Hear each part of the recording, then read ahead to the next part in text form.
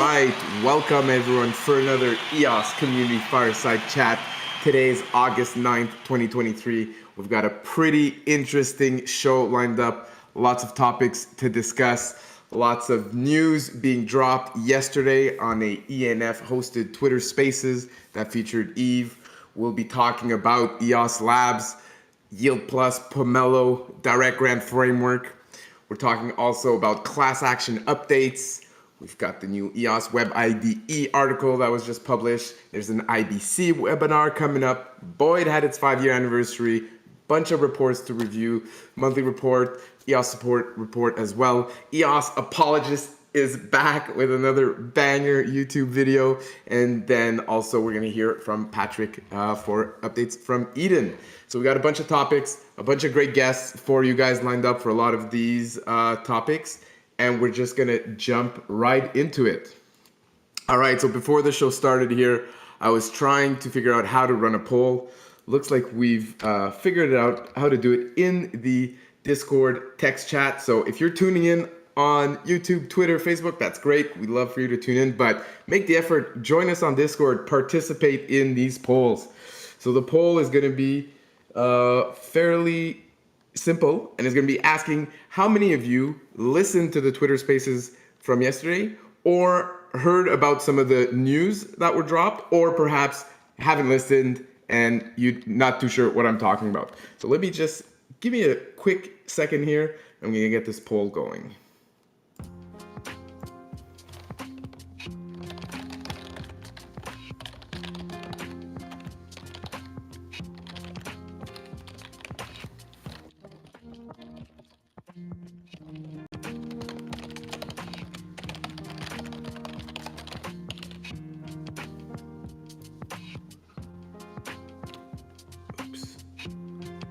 Oops.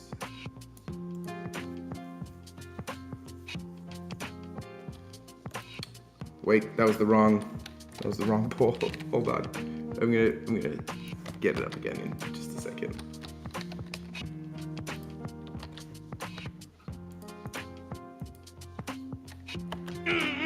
No!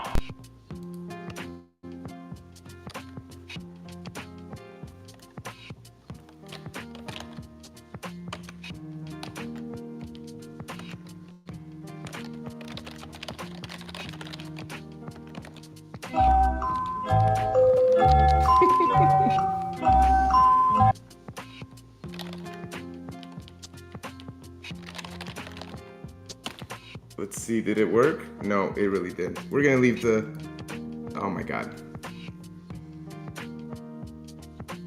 Okay, we're just going with it. Did you listen to the spaces from yesterday with Eve? And if you didn't listen, but you heard about the news, that qualifies as a yes. And if you didn't, then leave a no. So we're gonna be going over these topics.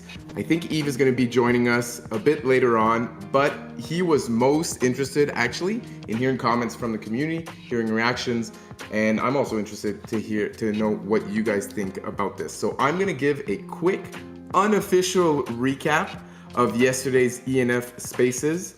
And I'm sure Zach and Eve, etc., will jump in eventually or will offer some more precise details. But basically, yesterday's space was featuring Eve, and he talked a lot about EOS Labs. So this is a new entity. He's mentioned it on the Fireside in previous weeks. This entity is going to be responsible for community initiatives moving forward. This is a for-profit entity, and it's going to be receiving a portion of the inflation that is currently allocated to the ENF. I believe it is 25%. In link to the creation of this new entity, EOS Labs, there are a few programs that are being sunsetted. So Yield Plus yesterday was announced that program is now over. Eve on the spaces also announced that for Pomelo, that after season 7, which is upcoming, there's going to be no more funding for the ENF, either for a matching pool or development at this time. Season 6 claims, if you're curious, for the Pomelo grant holders out there, Season 6 claims are going to be available soon. And also details for Season 7 are going to be shared as soon as they're confirmed. But after that, there's no more funding from the ENF. So what does that mean for Pomelo? Those are great questions. Daniel Keys, CEO of Pomelo, is here with us today. So we'll be able to talk to him, or he'll be able to answer your questions if you have some. And then the other big piece of news from yesterday is that the direct grant framework is also going to be sunsetted, and those functions are going to be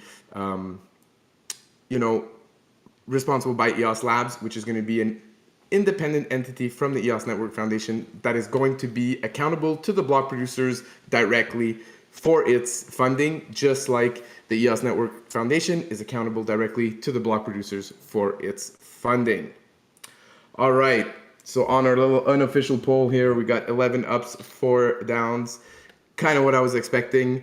So I'm just gonna leave it there for now, and I would love to get some of you guys' impressions either in the text chat or preferably jump on stage here, grab a mic, and let us know what you think about all of these announcements.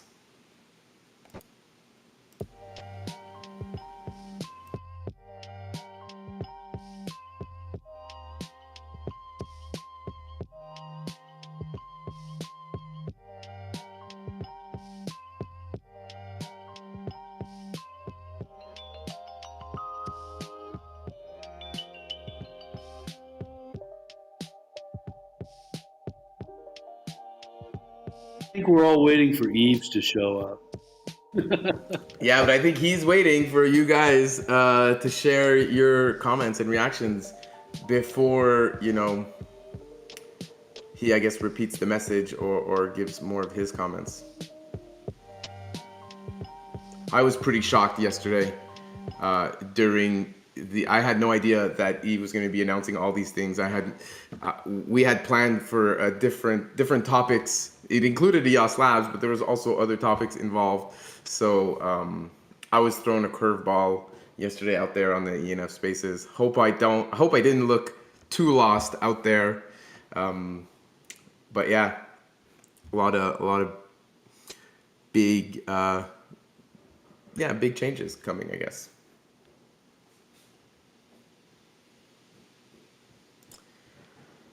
All right, here we go. We're getting a couple of questions here in the chat. Can you give a brief summary about the grant program? Will there be EVM grants for GameFi projects? Great question. I'm not sure who from the ENF is out here just yet. Maybe we'll keep it for them, but I do believe that there's still going to be a focus for the ENF and for EOS Network Ventures and maybe EOS Labs as well to be focused on EVM GameFi. I think that's still a theme that's going to be popular, but that's my impression at this point. It'll be good to hear from guys from the ENF to confirm all this too.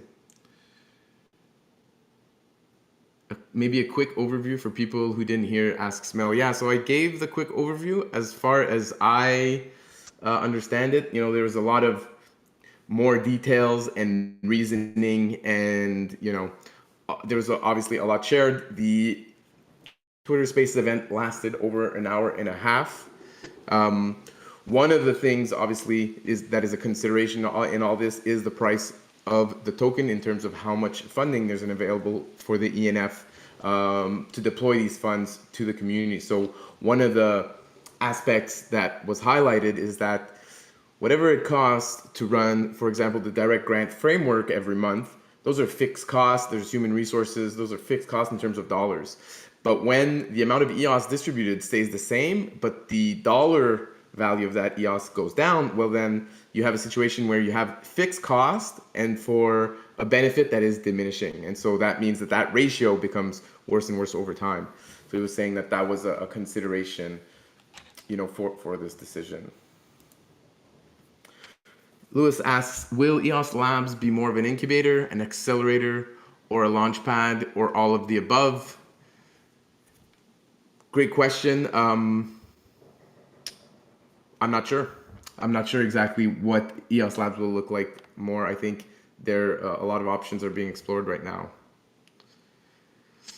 Eli asked, how deep did we get into the details of EOS Labs yesterday? Very deep. It was basically an hour and a half, Eve talking about EOS Labs and all various aspects of, things that influence that decision. Mel says, it's not an incubator. Aaron thinks that it kind of is as far as he understands it. And Eli's been out of the loop for a bit and is wondering what's happening with Eden funding. Great question, Eli. We'll be talking with Patrick from Eden, one of the chief delegates, later today, I think. But at this point, I'm not sure that ENF has made any commitments to fund Eden. I don't think they have. Tony is asking, is Pomelo going to continue, or am I jumping the gun as far as the fireside goes? You can jump the gun as much as you want on the far side. We'll go wherever the bullets are flying, I guess. Yeah, we can see if Daniel's available at this time to maybe talk a bit about the future of Pomelo. But we can also get to that in a little bit if you guys have other questions. Hey, can you guys hear me? Hey, Daniel. How's it going Hey, today? so it's going well. Happy to be here answering questions.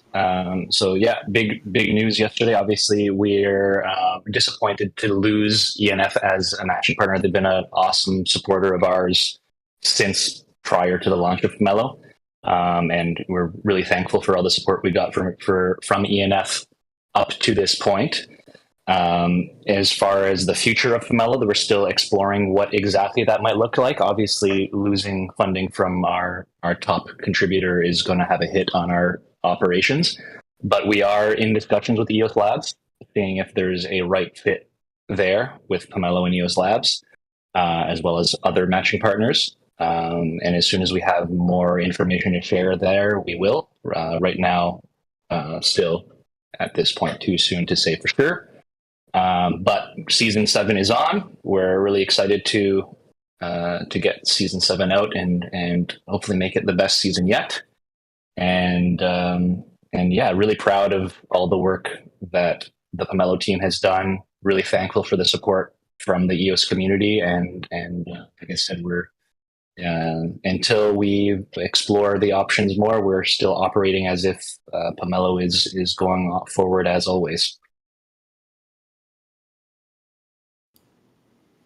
All right. Thanks, Daniel. Quick question, Daniel. How much will be there in the Pomelo pot? How many funds will be distributed in season 7? So stay tuned for announcement on that very soon. Hopefully in the coming week or two, we'll be able to announce the season 7 matching pool. All right. And Thank you. And the terms too. We're exploring, whether it's going to be multi-pool, single pool, dual pool. So anyway, we'll have more on both the amounts and all the acceptance criteria for each of the pools. All right. Thank you. Thanks for joining, Corbin. Daniel, maybe last question. Do we have any updates on the season 6 claims? So the appeal period is now over. We're just kind of wrapping up some last finishing touches on the operations side to open up for claims. So our goal is to open up for claims by the end of this week. It's possible that we'll push into early next week. As soon as we have the date, we will share that. The funds do still need to be transferred over from ENF to the claim contract, which that will take a minimum of 3 days when that's executed. So it'll be basically 3 days from the time that MSIG is executed to transfer the funds from ENF. And that's something that we always kind of wait till the very last moment to transfer the funds so that we can be as close to the dollar value as possible that was advertised in the matching pool. With the ENF matching pools, as always, every season there's a dollar amount that the ENF commits to, and we always send the as close as possible to the same amount of EOS as that dollar value is at the time that the pool was announced. All right, thanks. Mel asks, do you think Pomelo could make project funding more business oriented, i.e. profitable? That's a good question. Possibly. That's actually one of the scenarios we're exploring with EOS Labs. That's sort of the area that EOS Labs is focused on. So finding ways to position Pomelo to help actually not just almost help projects find that fit and become profitable in their journey to getting funding, is one of the options we're exploring.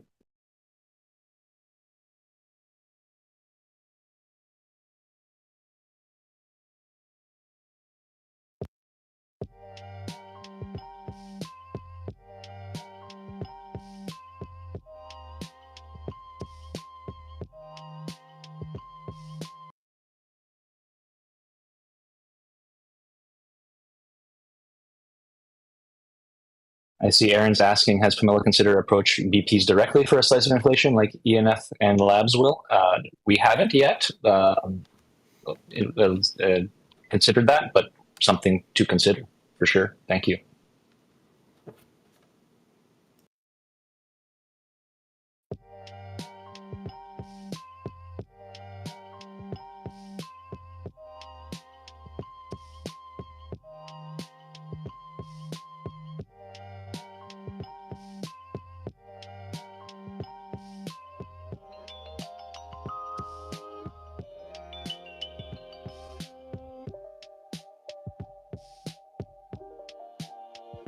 But what I heard yesterday was a shift.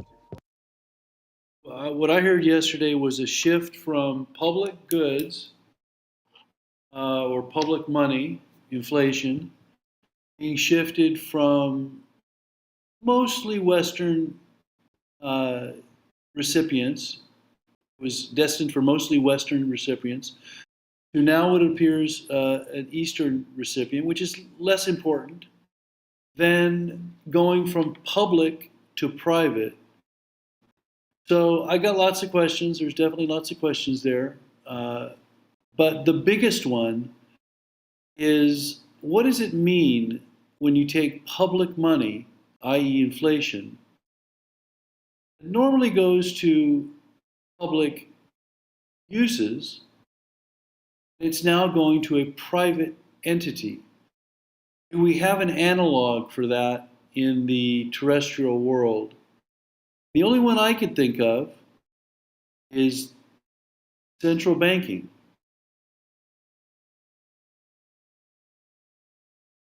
I don't understand how we're justifying taking public money and giving it to a private enterprise. And then my follow-on question is, who owns that? Who owns EOS Labs? How do you become a beneficiary of money that is being delivered from inflation to that group? How do you become one of those owners? Someone who has equity in that business, who has an interest in EOS Labs. Those are the top questions for me at this moment. I really would love to hear Yves answer that. Yeah, those are good questions, Perry, for sure. I'm not sure on the answers there. So I'll just wait for someone else to answer that.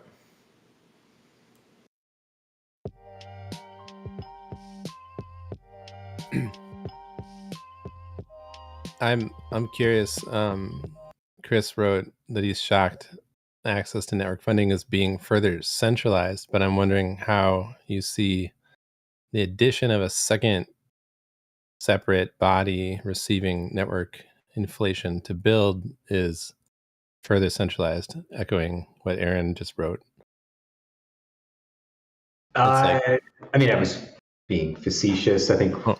anyone paying attention is aware of my general views on the shape of the network, but Pomelo allowed an opportunity for any community member to receive funding for the most part once I got through the gates of the EOS Nation team themselves. And same with the grant program allowed any member, and it was very transparent and in the open is the other piece, right? So you could see clearly who the grant submissions were, the process they were at. It was all very in the open. I would be quite surprised if EOS Labs operated in a similar transparent and accessible manner.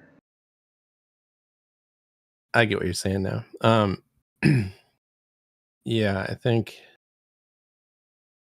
we all have feelings about the Pomelo situation, and I'm just hopeful that it'll reemerge in some way, shape, or form. As Eve kind of alluded to, parts of it could be picked up or funded through labs, or I don't know if this was covered. I got here a little late. I don't know if this was covered or not, but I'm curious. Like, a lot of work has been put into the bounty program, and I see that as super beneficial and needed in our ecosystem. And I'm wondering, like, how that can continue to function. Anyone has any thoughts on that? So I can say that that's something we're still exploring too on what's next for the Bounties platform. It's as I'm sure you know, I think you've been doing some testing with us, which has been super valuable. Thank you for your help testing Bounties platform. Yeah. It's very close to being ready to launch. Obviously, there is a cost to operating a platform like Bounties. The Bounties platform would have a much lower cost to operate than the grants platform. It's a lighter touch type of a system. No grant reviews or Sybil analysis or any of that sort of thing that is a heavy operational load for the Pomelo team. But we do still need to explore how is there enough funding in the ecosystem? Is there enough bounties generating enough fees to continue operating that bounties platform? So some of our ongoing conversations with EOS Labs will factor into that, as well as other stakeholders in the ecosystem. And yeah, I'd love to hear from folks on this call appetite for a bounties platform, whether you would see yourselves continue to use bounties, whether or not there is a grant program in place.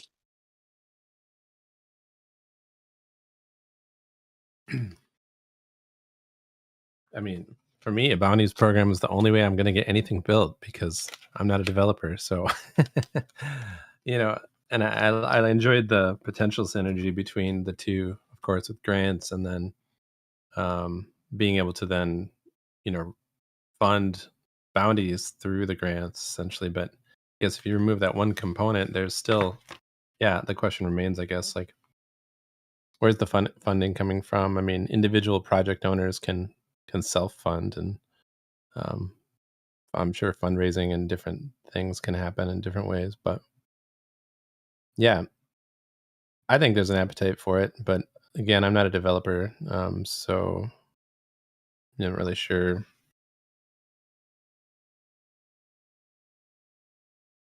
Anyone else?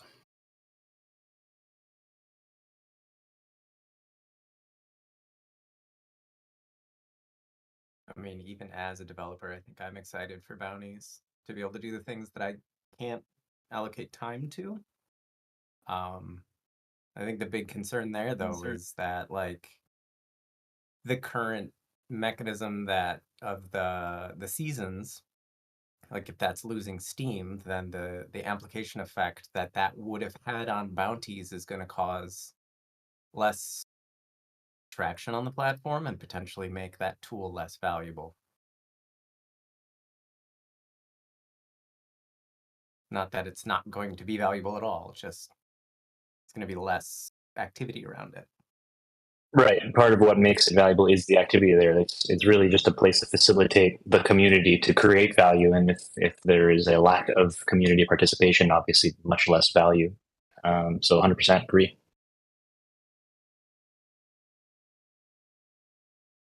To what extent is Bounty's platform able to be made multilingual, or able to be used across multiple different markets? Yeah, so just like grants, the plan is to make it multilingual to start English, Chinese, and Korean. And yeah, so that's the plan.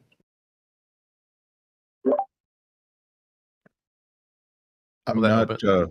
I'm not totally sure of the structure of how the bounties will work on Pomelo, but from my experience trying to work with people in that context, it requires a lot of time and energy on onboarding them, getting them up to speed, and then checking their work and making sure that they did what they were supposed to do. And that's not for, well, if, you know, for very simple tasks, it's fine. But for anything that's kind of complicated, you almost need like someone, a third party, to come in to actually do the inspection and the management. So if I were building the bounty program, I would have the ability for the bounty proposer to let like a project manager from Pomelo manage the bounty and ensure the deliverables are within spec, and taking a cut of the proceeds. That's good feedback. That's not currently something we have on the roadmap, but an interesting idea to explore for sure.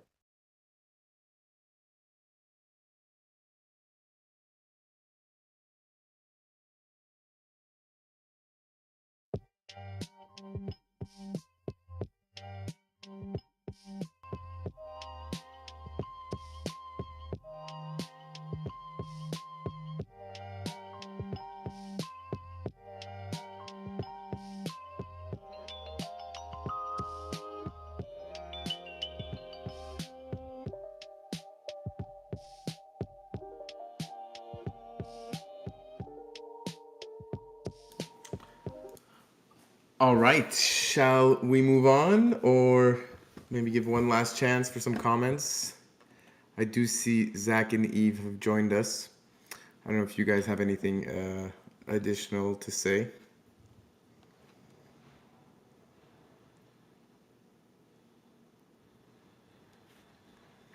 Okay, so I guess let's keep the show going. Obviously, at the end of the show, there's the open mic section where we encourage anyone to ask any questions, share updates, etc. So we can always circle back to these topics if we want to in just a little bit. All right, the other big piece of news is regarding the class action against Block 1. The ENF officially recommended people to opt out. There's a tweet about it here that I'm going to share in the chat. The block picked up the story as well, so that's nice to see that word of this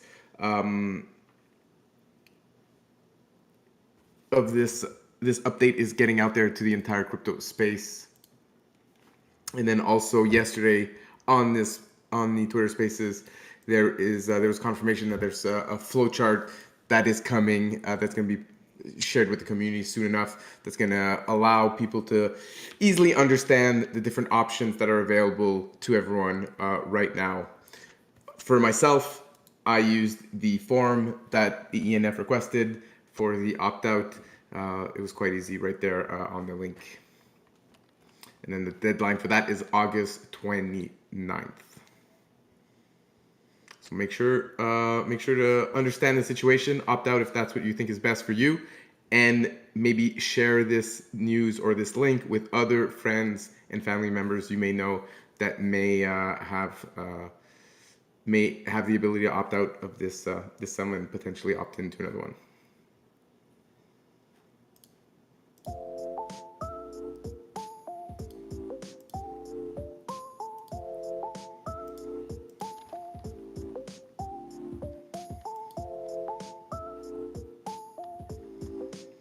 I see Nathan James is in the chat. I'll be inviting him on stage in just a little bit.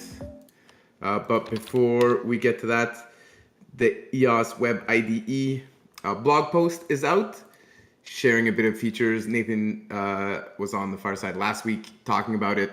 There's a blog post now that you can refer to if you're wondering exactly what this is all about.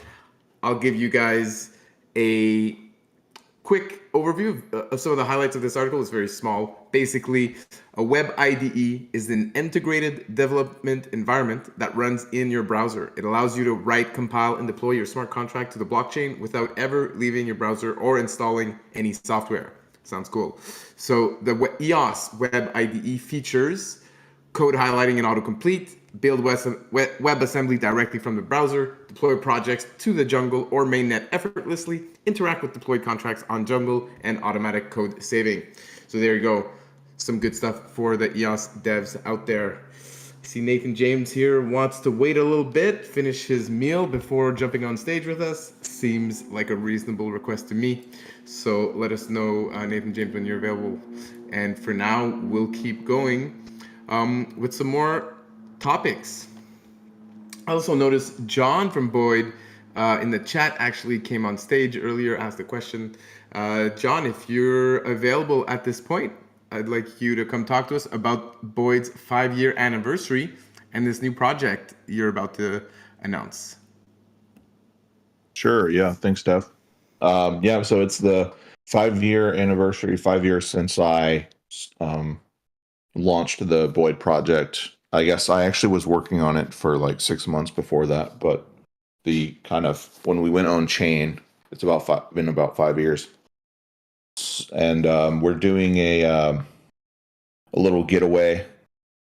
A few team members in Miami, Florida, and we're meeting up with some BOID community members in Florida.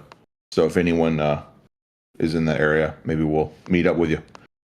And yeah, we're making really good progress on our IBC plans. So we got we got some funding through Pomelo and also through Telos Works over the past year. Well, actually, over the past 2 years is when we got the Telos Works funds to build an IBC solution. And finally, now we are about ready to launch the AntelopeX.io portal, which I am still battling with some back-end code, but it's almost there. So, and I'm trying to finish it before we go on our trip. So it'll be the big difference with Antelope X is that we have a back-end service that relays your transaction on your behalf. So you don't have to worry about pushing 2 transactions. You just push the one transaction on the origin chain, and then our server will relay it on the destination chain for you.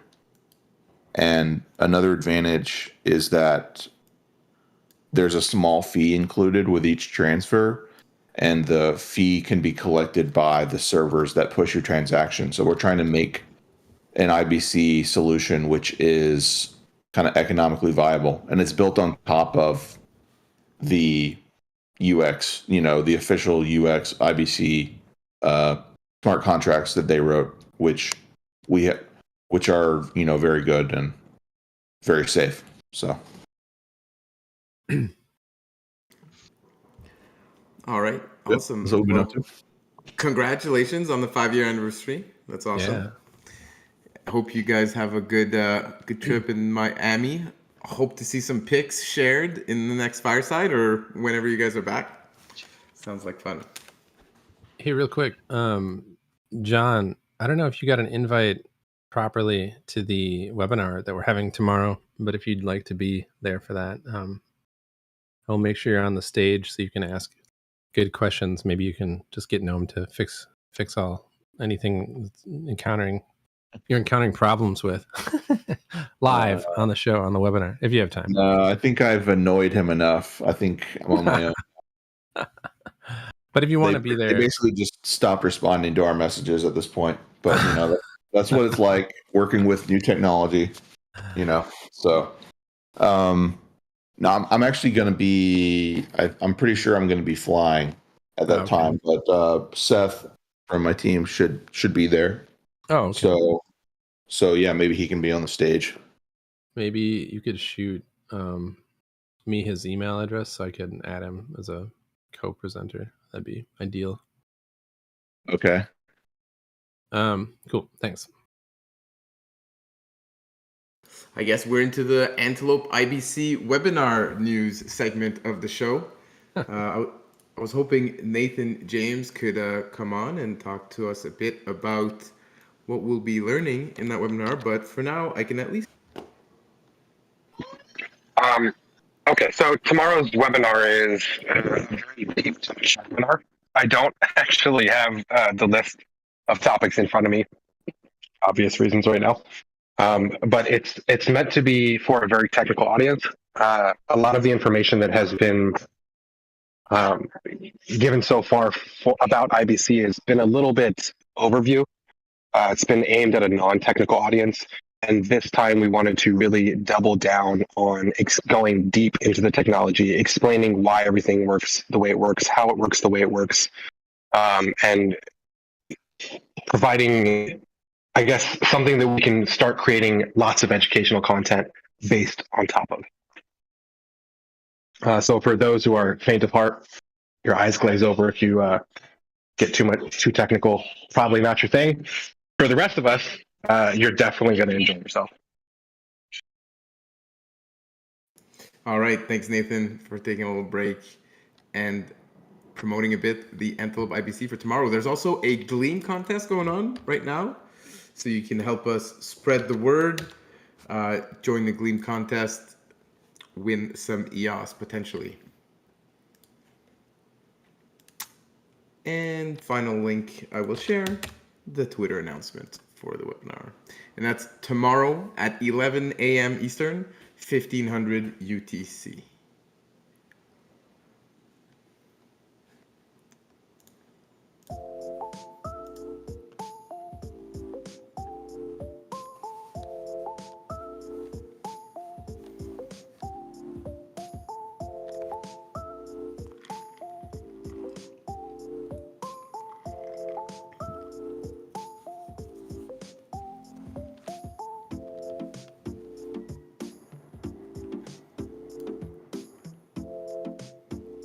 Before we move on to the next topic, I just wanted to say that, yeah, again, congratulations to John and the BOID team. You know, when this network first launched back in the day and BOID started running and you could mine BOID and contribute to mapping out, you know, mathematical, using math to find like different sequences for medical applications and stuff like that.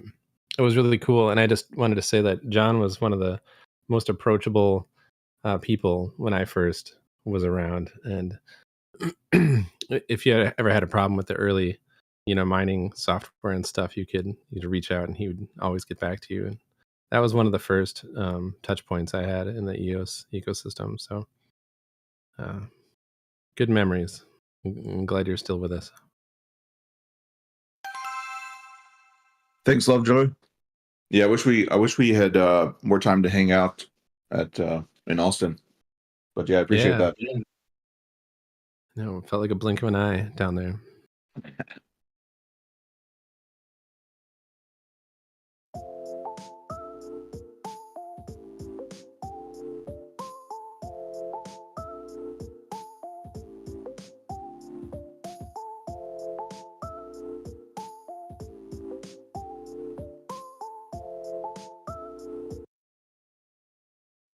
All right, next up we got a couple short stories, a couple reports to quickly go over. The Everything EOS monthly report for July was published.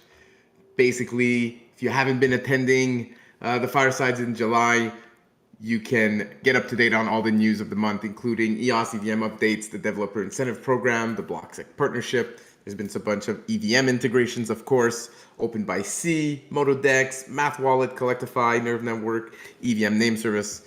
The quarterly report was released. Leap 5 was announced. The block producer meeting recap was published, as well as the programs and operations report. EOS support shared some information, as well as Misari. And then Eve was in Japan. So you got a little recap of all of those big highlights from July available for you if you want to. EOS support also publishes monthly reports. These are mostly aimed at highlighting their stats and performance over the month of July, of course. And it's actually really well done. There's lots of graphics and lots of interesting stats that you can find.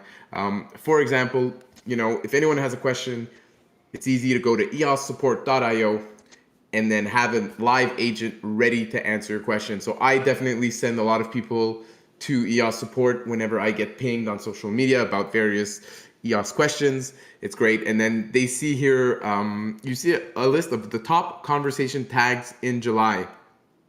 You can see that there was a lot of EOS scam prevention. And then that was actually the biggest type of request that they got. And then, of course, questions about EOS accounts, wallets, and communities, and dApps, and ecosystem, and so forth. So all sorts of cool information you can see from EOS support there in their monthly report. All right, and then what else did we have here? Yeah, I think that's it for the reports. Moving on, EOS Apologist is back. I know, I'm sure many of you who were around in the community a couple of years ago remember EOS Apologist YouTube videos. These are highly speculative, highly hyped up videos. This one talks about X.com, the new platform that Elon Musk wants to turn Twitter into, and how cryptocurrencies are likely to be integrated, and of course, how EOS's highly performant nature would be a match made in heaven for X.com. So some interesting thoughts here from EOS Apologist, and it's good to see his robot face back on my YouTube feed.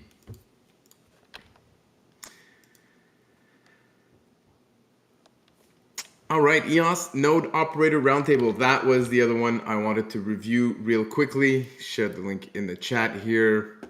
Basically, this is for, like it says, the node operators of the network. In this summary, they're talking about configuration changes for Leap 5.0, subjective billing, faster blocks, and a bunch of other highly technical things that you can go read if you're interested in.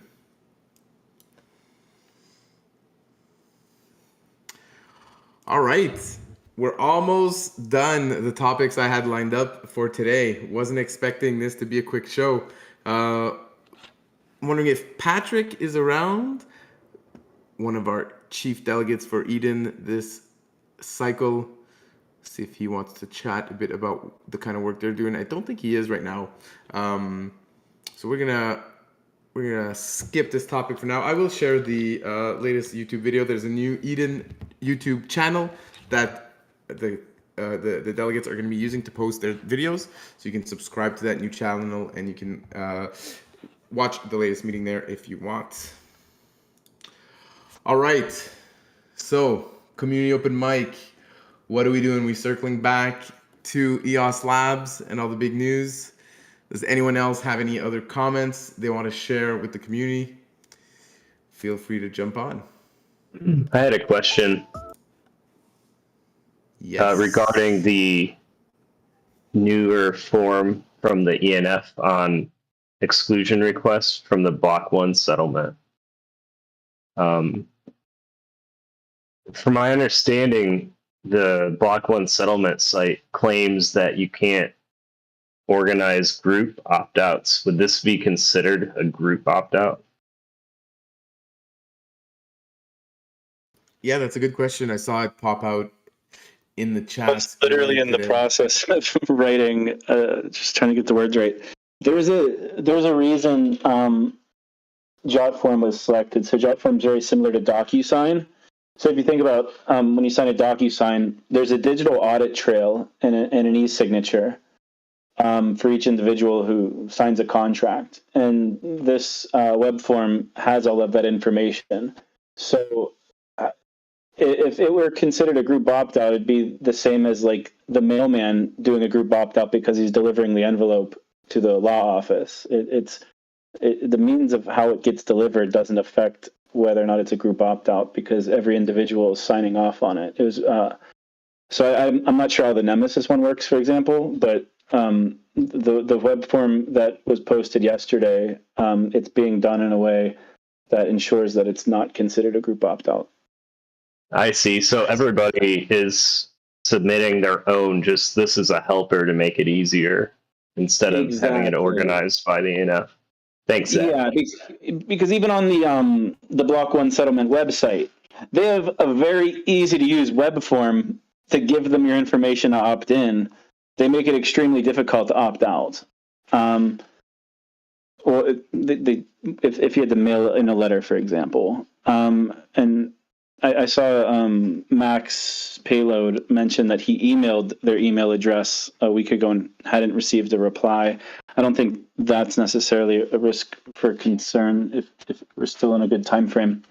But it's not a group opt-out, I guess, is the conclusion. And that's been kind of validated by legal counsel that this would not be considered a group opt-out.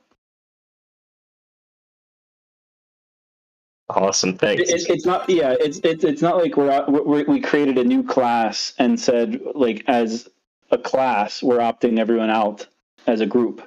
It's not like we're representing, like, let's say the block producers or any group and saying we're opting out on behalf of this group.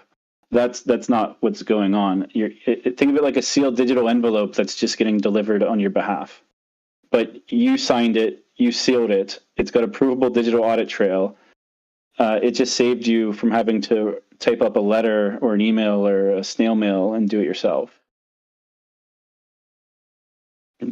And yeah, I love it. I was just looking at it earlier and was annoyed I had to either write my own letter or send an actual piece of snail mail. So thank you for this.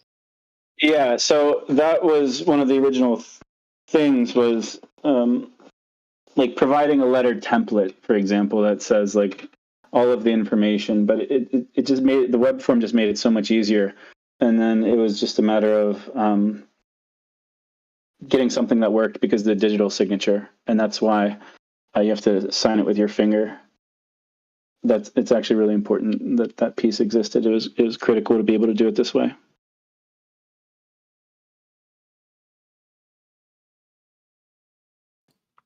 Great. Thanks for that clarification, Zach. I was definitely a bit worried when I was seeing those messages earlier.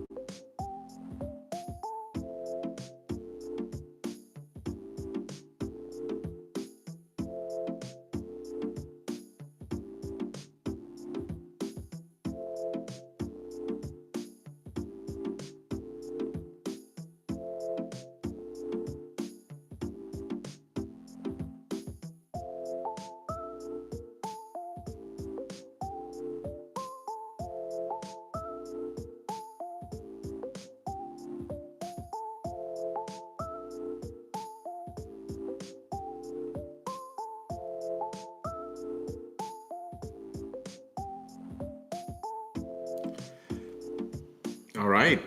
Is that it? We're going to wrap up in an hour? I always knew the day would come where a fireside would end in 1 hour. Didn't think it was going to be today, though. I think we're all waiting for Yves to answer some questions. Is he planning on showing up? No? No answers?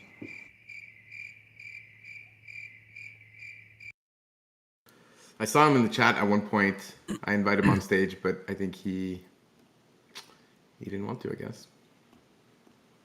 I heard Aaron Cox was going to deliver a speech today, but so far nothing.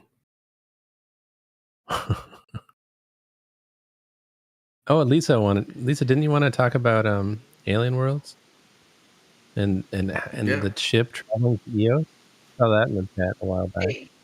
Yes. Hi. Can you hear me? Hey, can. Lisa. Welcome to Awesome. Fireside. Yay. I was just typing that in. So thank you. Actually, we've been thinking a lot about EOS and Alien Worlds lately. in terms of the planets, because we've been thinking a lot about IBC TLM, and we're super excited to finally get our families officially token-wise connected, because we're obviously, many of us are from the same communities, and it's just frustrating it not all, being seamless. So it's a super exciting time. And as we're, a lot of communities are developing games and gameplay and different versions of what all that means, and building out what they believe the metaverse will be in the coming years. And there's a lot of thinking about EOS and what its role is in those play paths. Obviously there's a huge benefit to off-ramping in EOS because it's on Coinbase, and there's probably other places around the world. And so that's a natural, but there's also so many other opportunities. Trillium is typically like rewards for doing things. So, we're giving that out from the planets for people who are building smart contracts or designing or, setting up communities or things like that. And so I'm really interested. I want to pose it now and for the future to consider. But, what is the right intersection between Trillium and EOS in terms of the games and the metaverse and what's being created? Because there's a whole lot of people creating a whole lot of stuff and a whole lot more waiting for it. And I think it fits really, really well, on a technological, level and on a conceptual level. And this is a great time and opportunity for those of us who are, know what each other's doing to connect those things. And so I'd love to hear if people have thoughts about that either now or later at Planet Ike Telegram chat or however, at Lisa Chandler. Thank you. All right, thanks, Lisa. I would love to see more integration with Alien Worlds and EOS and IBC TLM. That'd be great. Yeah, we're very excited to send some IBC TLM to Pomelo as our first act once John finishes it. I hear it's coming soon, in spite of all the other things going on. So we're really looking forward to starting to support what's already happening there, is adding Trillium to that. IBC Trillium, and it's easy then to move it to, whatever. And hopefully come up with more ways to integrate Trillium as a game token. If no one's heard, we're giving it away. The planets give away Trillium to people who build and create things, and it's a game token. So it's ideally meant for rewards for people who do things in games. And so I know a lot of EOS people are thinking about that. And I'm really interested to hear how people are using EOS in, in games. So like I was talking to Joe Space Wrangler yesterday talking about Upland at the Interplanetary Unconference that's coming up in September and October. You can go to interplanetaryunconference.com and join.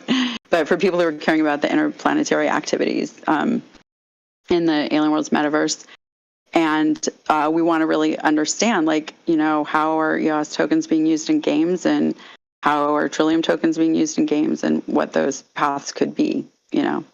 It's there's a lot of opportunity, but where there's a lot of opportunity, it takes a lot of thinking to get it down specific to what's happening.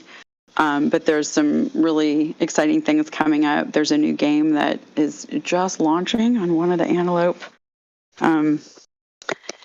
tokens, which sort of fits into the whole picture as well. And so that's going to be fun when we get to announce that. So it's an exciting time. It's really, I'm so grateful that it's somewhat of a quiet time in terms of the public crazy, but at the same time, we like that. We never know when that's going to hit. So everyone's NFTs are going on Google Play December 7th, and people are able to start applying now. And so people are thinking, okay, what do we need to have ready just in case a lot of people show up? Because some of us been through this before, and we're grateful to have a moment, if possible, to get ready. So it's a good time to think about it instead of anything we need to be doing to connect in whatever ways that we can. And what's so great about decentralized community, we can do whatever anyone really wants to do. They just do it, right? And people help if they're interested. And it's really quite amazing to see it in action. It's a year and a half now that the Alien Worlds DAOs have been alive.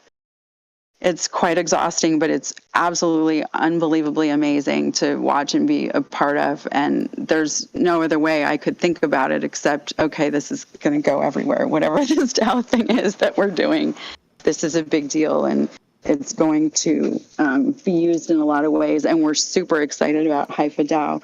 I mean, it allows us to do so much more. Like, it extends our leadership ability from 5 people to hundreds of people. And it's just amazing to see that, being planned out and get set up and everything. And all the people get around to get involved, like they're there, and this gives them an easy way to kind of see a path forward of how to play in the world where you're creating.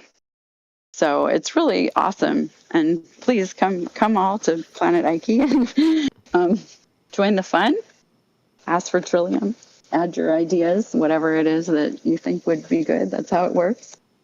And let us know. That's awesome, Lisa. I love your enthusiasm. If I may, I'm just going to give a quick overview of the planet system in Alien Worlds, because I'm not sure everyone here is familiar with it. Basically, from what I understand, from what I looked into a couple of months ago, there's 6 different planets. There's people that are elected to the council of these planets, and then every week these people can allocate funding to various projects that apply. So in that way, there are some similarities to Pomelo, where you can propose working on a public good, and then one of these planets can fund you with TLM. And these applications run weekly.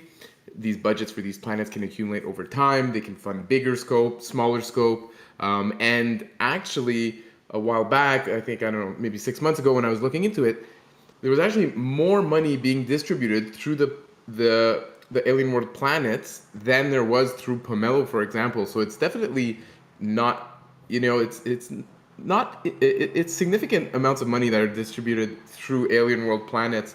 So that's very interesting. And basically, that's kind of like the third form of the Alien Worlds game.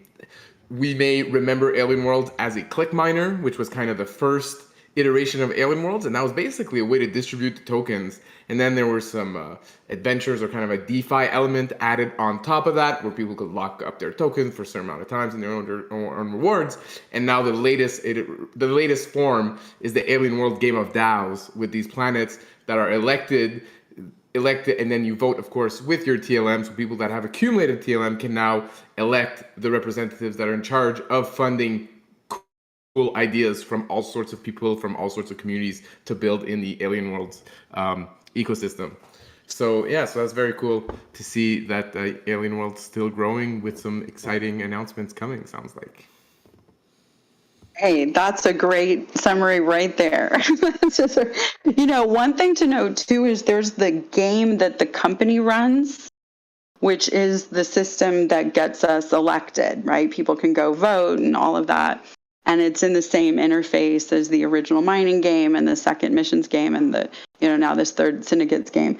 But once that Trillium goes out into the community, that's the community game. That's the metaverse. And if you look at Alien World's website, it says a community-built metaverse, a metaverse built by its community, I think, technically, right? And so that's a whole different thing. And that's what people are, have their alliances, their groups, their strategies, and each of the planets are very different. Like, several of the planets focus on games that they're putting a lot of resources into. Some of the planets focus on giving more Trillium to the miners.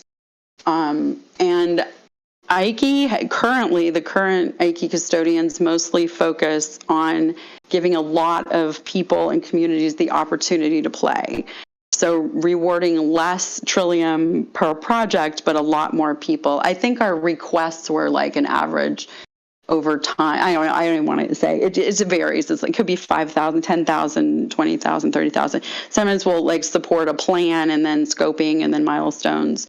Or there's a lot of like people with ideas that don't have the devs to do it. And so by doing a plan, it can communicate to others who might want to, make what they're doing work for that, or get involved with that, or designers that too.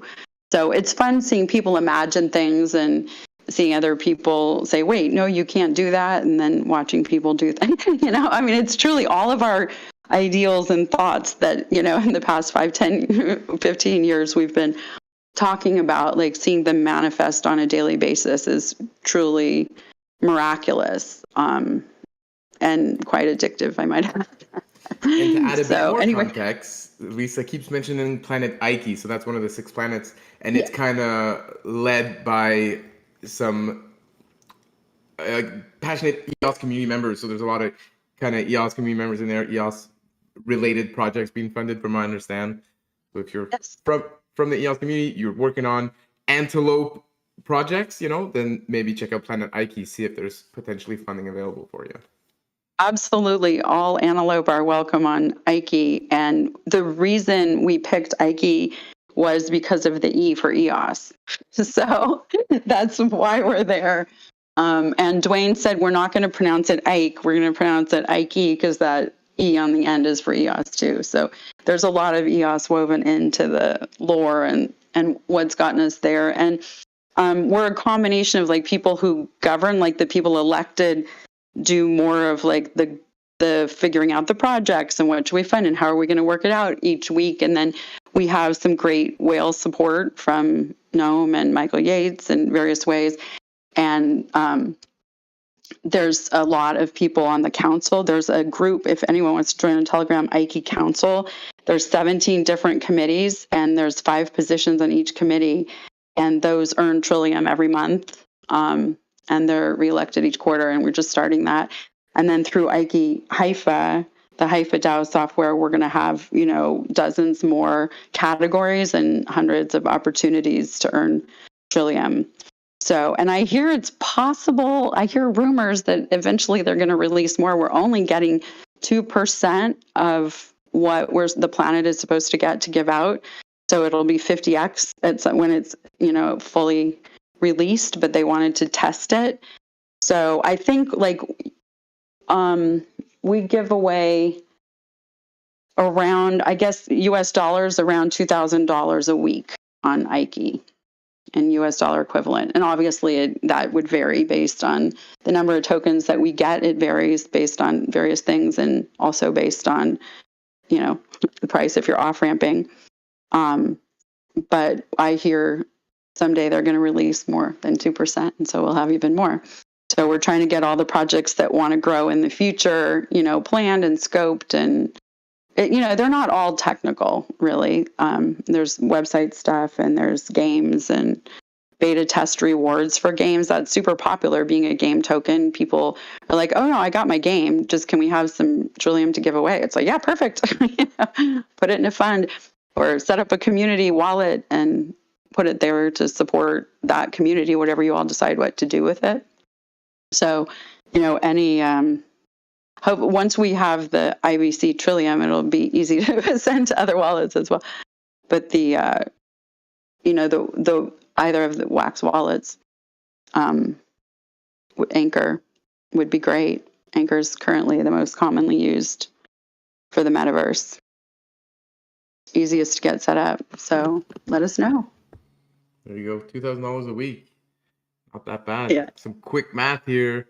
There's 6 planets, and there's 4 weeks in a month. That's about 48,000 a month, which is actually very close to what Pomelo was giving away over a quarter, over 3 months.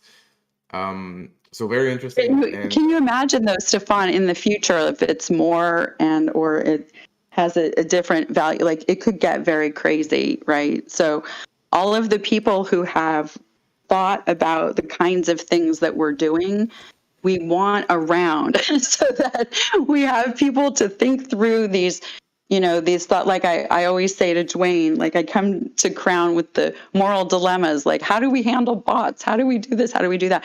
And over the years, it's been really helpful having people who've thought about these things for a long time being around to help us govern well. So I know this group here is probably the best group of governors we have in the metaverse, so to speak. So please come help. Please come help and take our Trillium. There you go. Yeah. things could get crazy for sure. I already think the amount of money that's being distributed is already pretty crazy. Exciting Yeah, to there's a hear that reason it's we. potentially more depending on how much participation and engagement and everything from the community. So Yeah, well, there you Ike go. loves EOS, so you're all welcome. There you go.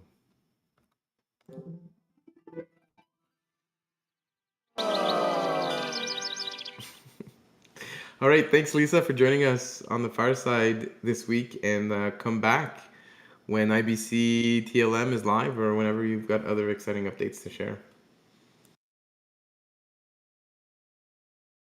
Will do. Will do.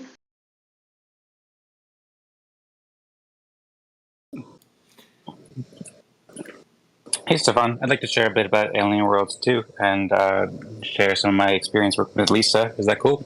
This is Dan Singjoy, by the way. Hey, Dan. Yeah, that's cool. Okay. That sounds great. Well, thank you. Thank you for hosting the Fireside as well, and a very inspiring call.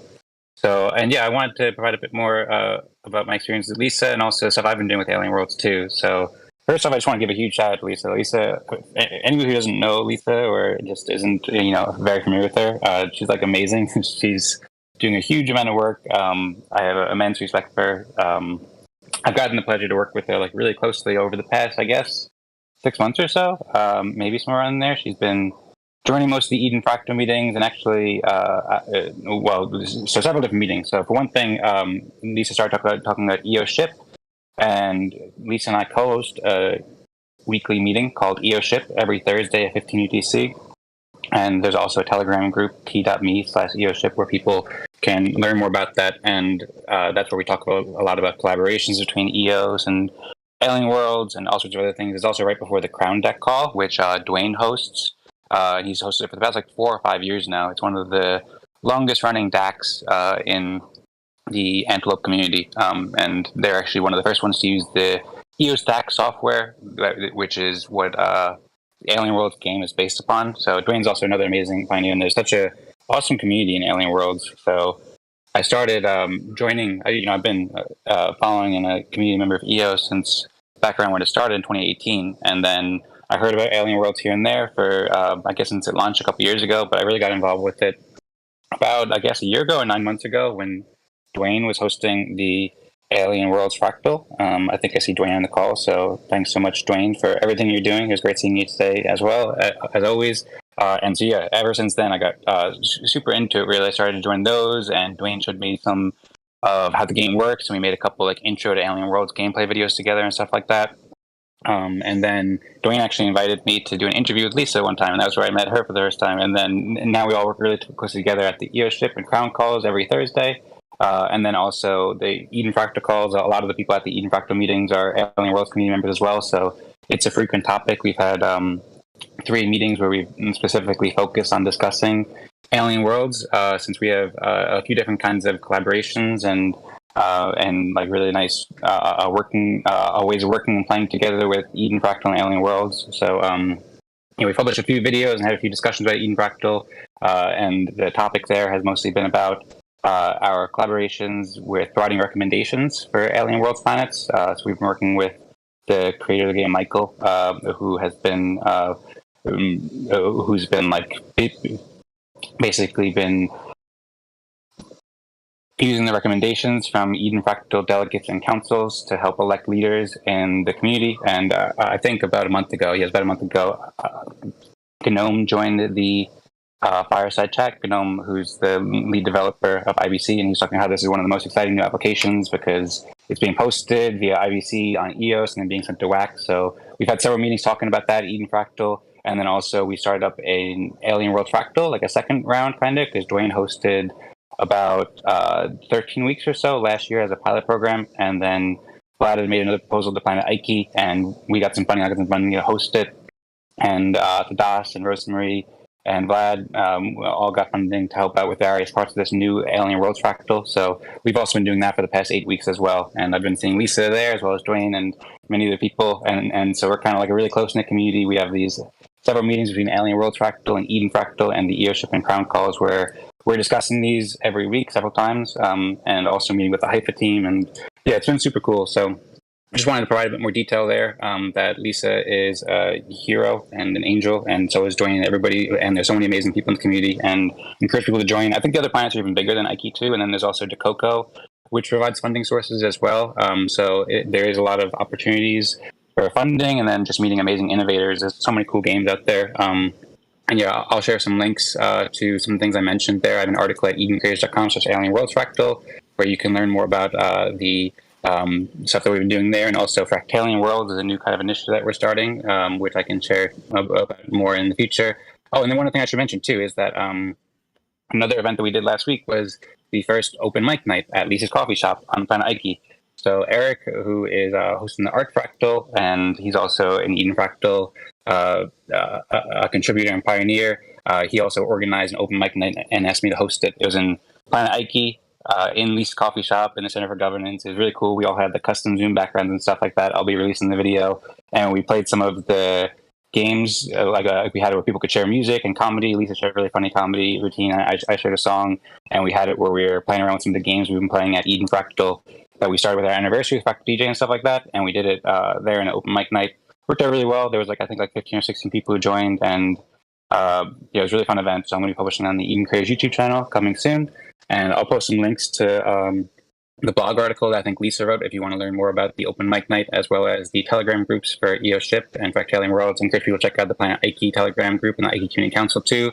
Lots of exciting stuff going on there. And then I encourage everybody, if you want to learn more and come say hi. The Alien Worlds Fractal meeting every Monday at 15 UTC. Thursday, 15 UTC is the EOS Ship and Crown Call, and Eden Fractal at 15:30 UTC every Wednesday. And we'd be happy to see you there and talk more about awesome stuff going on in the metaverse. Thank you. All right, Dan. That's a lot of things going on. A lot of updates given. I like it. Thanks for sharing everything. And good luck with all your projects. Sounds good. Thank you very much, Stefan. And thanks, Lisa, and thanks, everybody.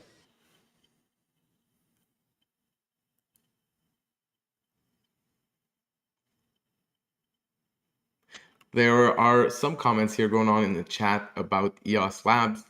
Corvin mentioning that he'd like to see more focus on gaming and research and invention. Aaron Cox got in there as well, saying that he feels like EOS Labs so far is more going to be focused on applications rather than technologies, and more on EVM than native. But we're waiting for more answers as information on that. So there you go. If you guys want to come on stage here, share your comments, feel free to do that.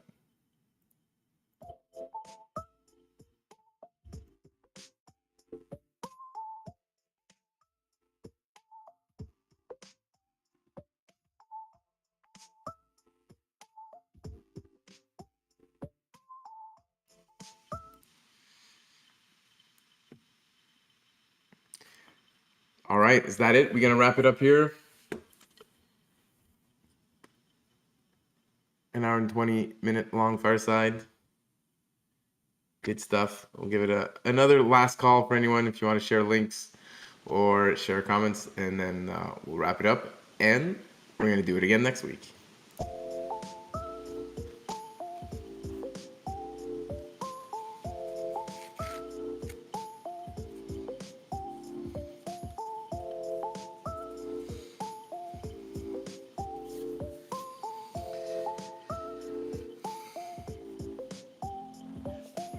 It would be nice to know what the plan is from the ENF's point of view about answering our questions and really making themselves available to all of that. I think that's reasonable.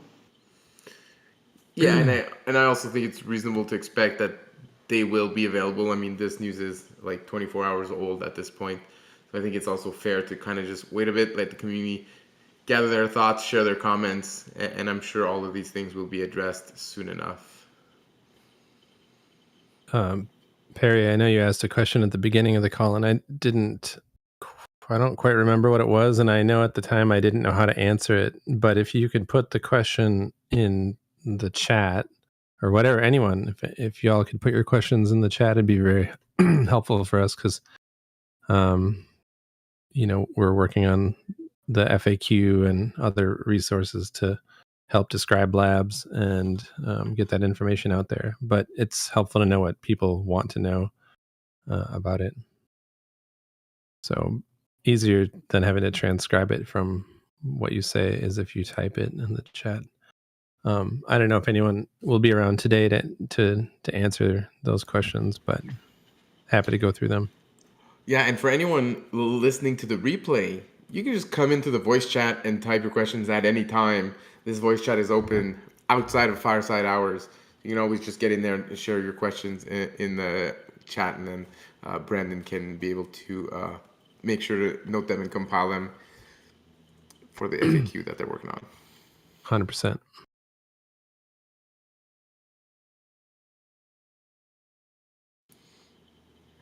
Thanks for jumping in, Brandon. That's really all that's going on right now is collecting feedback. A lot of what would have, I guess, I don't see Eve here. I think he had another call.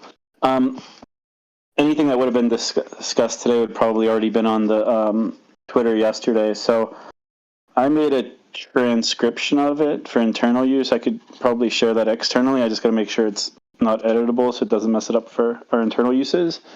But I just suggest everyone catch up on the Twitter Spaces because a lot of information was shared, and it was shared before we even had like comms, more strategic comms ready on it. It was literally alpha. Everyone was getting the information in real time. So right now we're just kind of collecting feedback, and we've been collecting feedback. The first mention of EOS Labs was 2 or 3 weeks ago after the last BP call, and everyone was generally in support of it and didn't have a whole lot of questions. So really, that's I think the status, and we're trying to get a post out ASAP, and Brandon's helping to spearhead that. That's why he jumped in. So thanks, Brandon. Mm-hmm.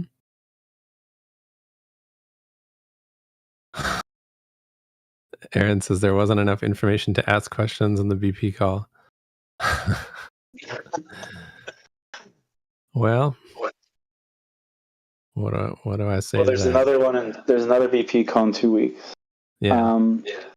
And yeah, as far as the BP call, I was listening through the translator. So since a lot of people on here probably weren't on that call, it was the first time that someone presented natively in Chinese, and then everyone who spoke English had to listen through the translator. Typically, the translators translate like Eve's words or my words or someone else's words, and then in the Chinese, and then Chinese questions come out during those calls. The questions coming from the Chinese block producers are asked in English, which if it's a question, it's not as difficult of a translation. But I could see why someone who speaks English and was listening through the translator, I felt like it was hard to follow myself. I heard a lot of DeFi buzzwords, but generally I have a little bit more information. The week I was in Canada with Eve, there was a lot of ongoing discussions about labs. Every night there was several hours of calls I wasn't necessarily part of, but I was kind of getting debriefed throughout the whole process. And hopefully more will be like I said. Brandon's talking to Wachung right now, who will be leading EOS Labs. We'll share more information about Wachung. So a lot of people in the West might not be as familiar with him. His English name's Winston. He's been an ENF board member. He launched the Kylan testnet when EOS mainnet launched. He was the CTO of Huobi Pool for several years. Very qualified, and he's going to be the CEO of EOS Labs. Eve will not be part of any board, or he will not have any association with it, so that'll be, I guess, different than the other entity that was kind of formed with EOS Network Ventures. So EOS Network Ventures, the ENF is not part of EOS Network Ventures, but Eve, as an individual, is on that board. So he as an individual is part of both, but the ENF is not affiliated with EOS Network Ventures, whereas EOS Labs will be completely separate from both ENF and Eve as an individual. So it will be completely independent entity, completely independent leadership. Watchung is on the ENV board. So if you look at the multi-sig for ENV, you could see which one he is. I think it has Winston in the account name. So he's definitely been around, definitely really well known on the eastern side of things, and definitely has a very particular DeFi vision. So like anyone that was on the BBC call listening to the English translation, you definitely heard all of the DeFi words being thrown about. And it seems like the blog articles that what's his name? What's the guy's name that was posting the DeFi super app articles? I can't think of it. Oh. But you know what I'm...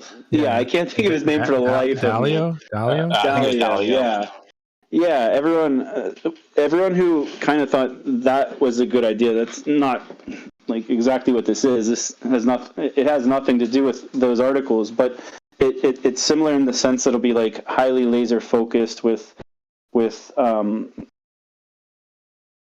like the goals of increasing like the value of the EOS network and the utility of the EOS network and the application layer of the EOS network, and DeFi is very much going to be a part of that, just very targeted and not just DeFi. I think this is something Brandon and I were talking about today, is like we're going to try to get as much information as we can out of Watchung and his incoming staff, essentially, to help coordinate the communications with the English-speaking part of the world, because we're definitely the ENF will be involved as far as closing that gap, because as EOS Labs is stood up, it doesn't have a communications arm, for example. It's solely focused on business development and the application layer, R&D. But we're still, like I said, collecting all of this information. I guess on my end, I just didn't have everything prepared for it to come out yesterday. But I think it's good that we're talking about it. I think if you have questions, ask them in text format's the best way, because that way we could log them all and work on putting this FAQ together. So I'd expect a similar post to, let's see. I don't know. I can't. We'll have as much information as you can with an FAQ. It's still literally being drafted as we speak. And hopefully we'll be able to bring Watchung on some kind of platform, whether it's, I doubt it'll be a fireside because he's in Singapore, so he's 12 hours ahead, but potentially some other way to do it. One idea that I had was we do use this interpretation software for the BP calls where there's live interpreters. So if you think of it like almost like the United Nations, like while someone's speaking in one language, people in the audience are listening in another language, and the translators are literally like listening and speaking at the same time. Perhaps we'll be able to facilitate a call at some point that's open to all of the different languaged communities all at once, and maybe we could address some of the questions as a group. Zach, you just mentioned that Winston is in Singapore. Does that mean the jurisdiction for EOS Labs is Singapore? And if so, can you say what type of organization, what type of entity? I'm not sure of that. I'm not involved at that high of a level. I think Singapore is a good spot. I think it's definitely very high on the list of incorporation jurisdictions. I'm not part of those conversations. I don't have the answer for you. But I would think the best I can give you is a maybe, a probably, but I really don't know right now. I guess I'll just notate the questions myself in the chat. Yes, that is a good question to ask. I mean, yeah, I'm not involved with setting up businesses, whether it's the ENF or any other business. That's not typically what I do or think about.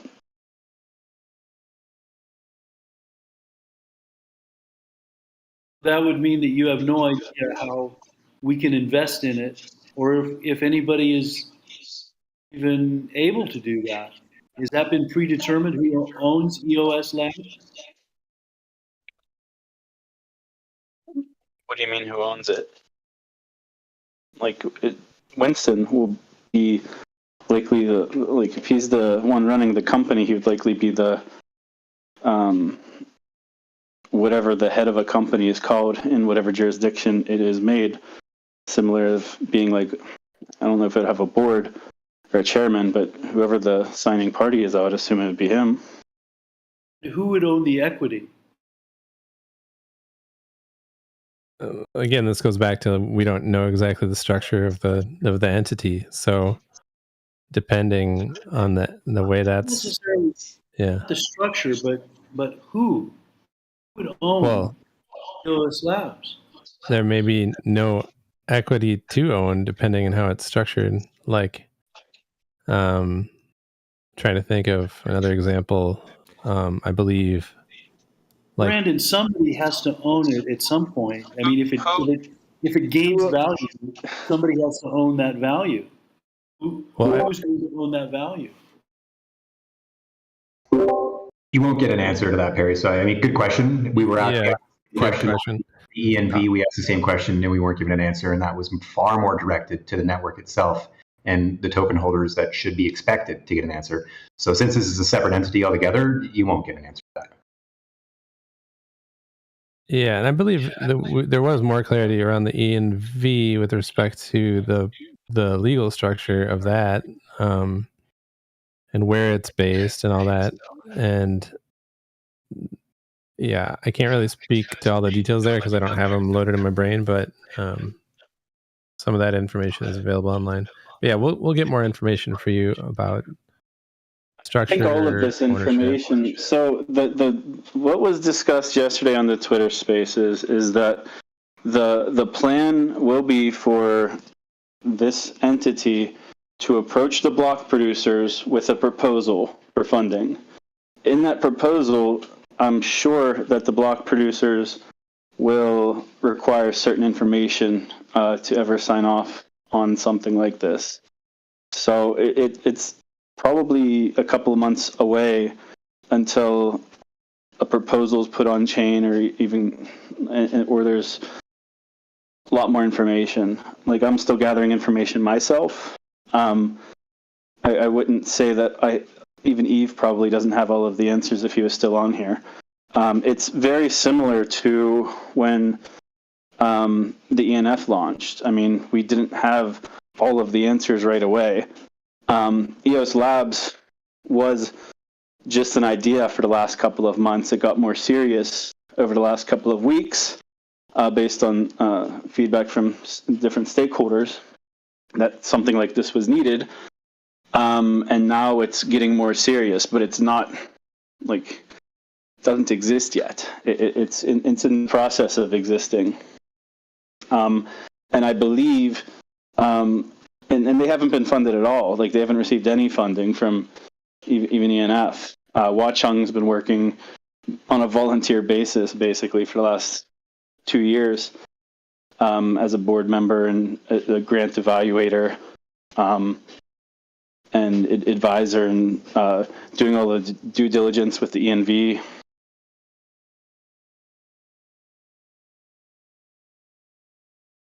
It would be an easy. It would be somebody's got an echo. It would be easy to understand if it was a private company, if there was private money coming in. It's public money coming in to a private enterprise. So the question of who's owning that is kind of, it would, I can understand maybe not wanting to talk the day after, or I'll give a little bit, but I think it's like the burning question: who's getting the public money, and not? Nobody is right now. Like nothing's been proposed to the block producers. Like the block producers very well could reject it. No, but they're not. They're not. No one would possibly even entertain any kind of proposal if they had no idea who was going to be the benefactor to all this inflation. I mean, Well, that's just insane. The benefactor is intended to be the network. I mean, the goal isn't to the goal isn't to just pour money into some org for someone to get rich. The goal is to help incubate and develop and do research for projects to launch on EOS. Like, I don't think there should be any confusion there. What is the legal structure that will allow for that and for it to still be, responsible to the network. I don't know the answer to that, but it's, perhaps similar to the way ENV is structured in that it's legally obligated to, behave in a manner that's consistent with, returning value back to the network. But again, like, I hope you can see it. It doesn't make sense what you're saying when we consider that it's been announced as a private entity. Where was that written that it's a private entity, or where was anything written about the nature of the entity? I don't know about written, but I know what I heard on Twitter Spaces yesterday, multiple times from Eves. Are you inferring some things? No, or? he said private. This is private. This is a private enterprise. Private. We're going from public. He made it very clear. We're going from public programs to private. EOS Labs is private. All I heard was that the ENF is a not-for-profit and this new entity would be for-profit. And that was the distinction that was drawn multiple times throughout the call. I mean, yeah, okay, that makes sense. And in the same way, the ENV has a for-profit, capacity to it. But the question: who owns ENV? Like on government document, like for like the business applications. Who's on the bank accounts? Who is going to benefit from the value created by either or both of those organizations? Ideally, the EOS token holders. Like that is the goal. It's no similar to look at other ecosystems. Like there's AVAX Labs. Like Avalanche doesn't even have a foundation. They have AVAX Labs. I don't know who owns AVAX Labs. Algorand Foundation. Who owns that? Who owns their Algorand Ventures and Algorand Labs? I don't know the answers. How will the value be translated to EOS token holders? Will that happen? Well, presumably through the benefit of research and development and projects that are successful launching in the ecosystem. But we heard profit. We heard the word profit. Where's the profit going? Well, I don't know if, we're kind of in speculation town, but. Yeah, and these are all questions that this new has to. Yeah, these are questions for the new org also, and not to the ENF. What's up? So these are questions the new organization will have to answer to the BPs to get this approved, and that's not going to flow through the ENF. Like the ENF will be able to communicate what happened there, but like everything you're asking, Perry, is like legit, and they're going to have to answer these questions to the BPs before they even get approved for funding. Which we won't. It doesn't seem like we're going to have like very much visibility to that. Well, I mean, it's already difficult to get information. He was on the call, but he didn't say anything. Who are you talking about? I thought I just heard you said Eves was on the call. Your voice is faint. Ps. Sorry. Block producers. Oh, okay. I would definitely expect that any profits from investments would go back into the same kind of pool and then would be reinvested into the next project. anything else would be ridiculous. I mean, sure, this kind of entity would have expenses too, but it can't be that inflation funds kind of private profit. It has to go back into the same pool and then has to be reinvested into the next project.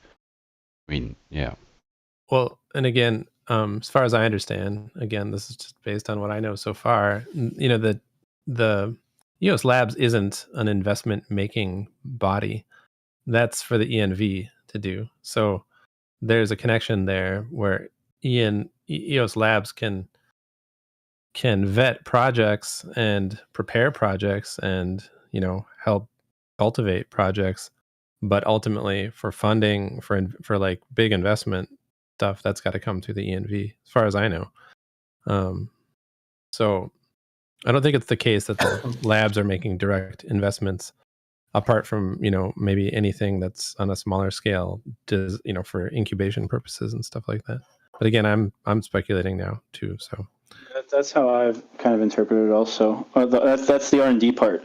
And that was talked about on the Twitter Spaces. And one of the things that was discussed was like with the ENV, the fund amount is relatively small. It's denominated in EOS. And with any traditional fund, they typically operate on, I think it's called a carry. 2% carry is, I think, the standard number. It's not my realm. But a 2% carry on low tens of millions of dollars isn't enough to really facilitate like top level R&D.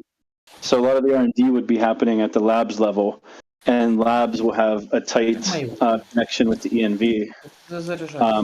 Watchung is involved with both, just like Eve is involved with both. But so there will be that kind of two-way communication. And there's also, I guess, on the topic of ENV, because I saw someone asked about it the other day, is there's still, as far as I'm aware, there's 4 or 5 different tickets that we're just kind of waiting for things to get finalized to be able to announce, and they'll likely be announced by the receiving parties and amplified by us. But there's still things moving there. It's just kind of, as far as I understand it, just kind of paperwork type stuff.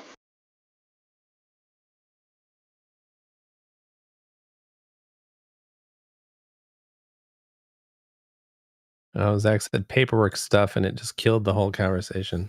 Paperwork stuff. Don't talk to me about paperwork stuff. Yeah, that's why I said I don't set up the business entities.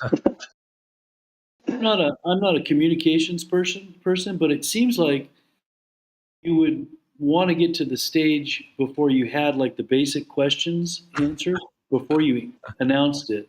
I'm not sure what. But it wasn't formally announced. You got alpha. Like what you got is alpha. Like everyone wants to be involved in all of the like decision making and know what's going on at any given time.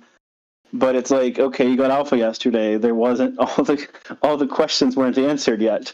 Would you have preferred that, or would you have preferred something 2 months from now that was a little bit more tightened up? Because that was kind of the mode I was operating under. Is there would have been more time. But instead, you got insight while the sausage is still being made. So would you rather which would you prefer? There's all kinds of alpha coming, swirling around to ENF, EOS Nation. There's constantly a ton of alpha that the rest of us don't have access to. So that's not really fair. Well, not everyone can be simultaneously aware of everything. That'd be actually impossible. But we do the best we can to get things out in the open as fast as we can. But we also have to make sure we don't do it in a way that's too problematic. This has introduced some interesting elements, so we're working, and the questions here can really help inform what we ask and how we think of us as like servants working for you to get answers now. So rather than seeking answers from us, we're people that can help get answers from labs, and when they go and present again on the next BP call. Like, we'll be there again, able to report what's going on and what's being discussed and who's discussing it and all these details that people are interested in.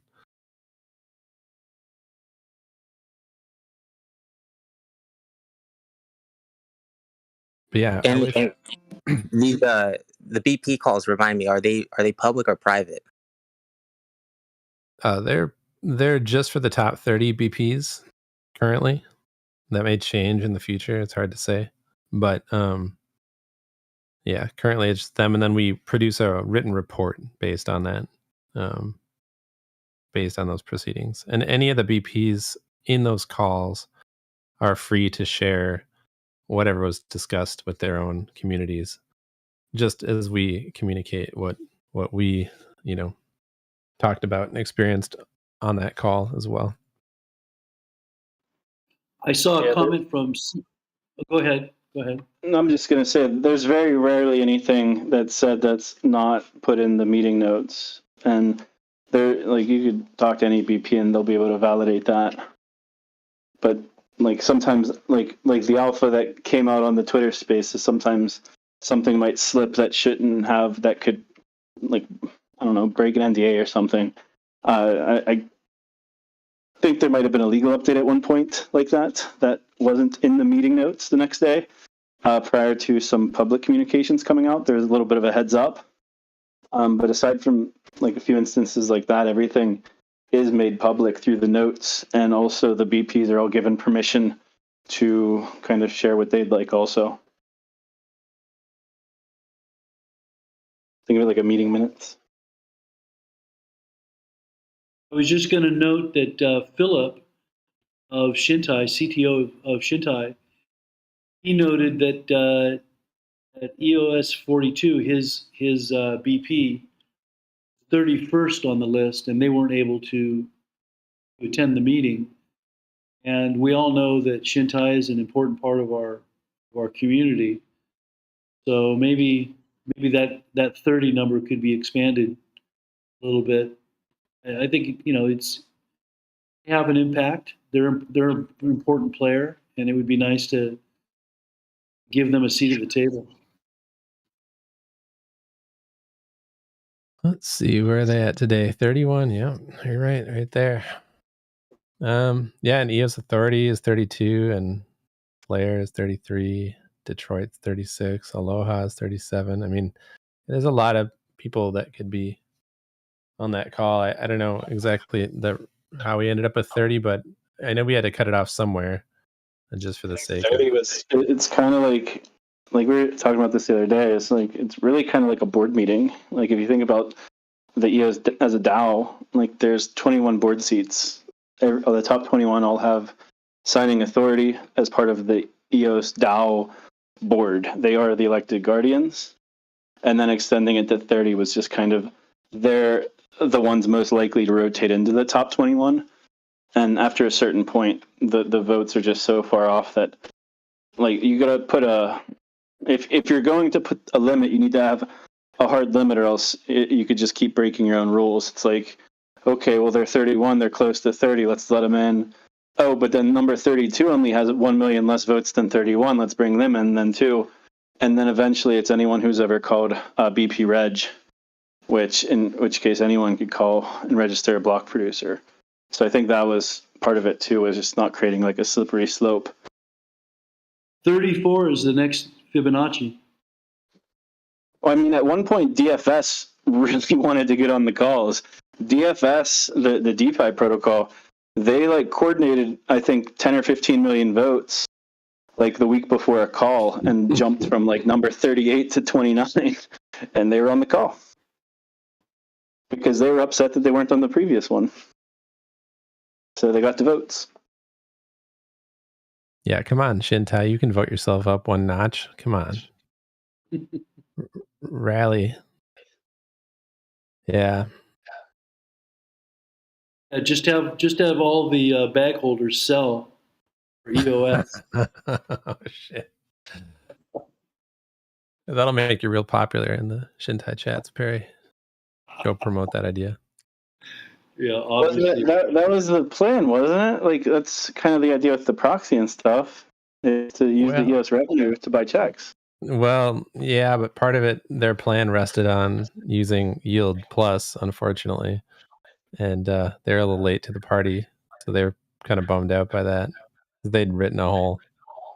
Yeah, they're still going to launch an AMM on EOS, but I think they're trying to figure out how to provide liquidity, and Yield Plus was going to be part of that pump for them, but it is no more.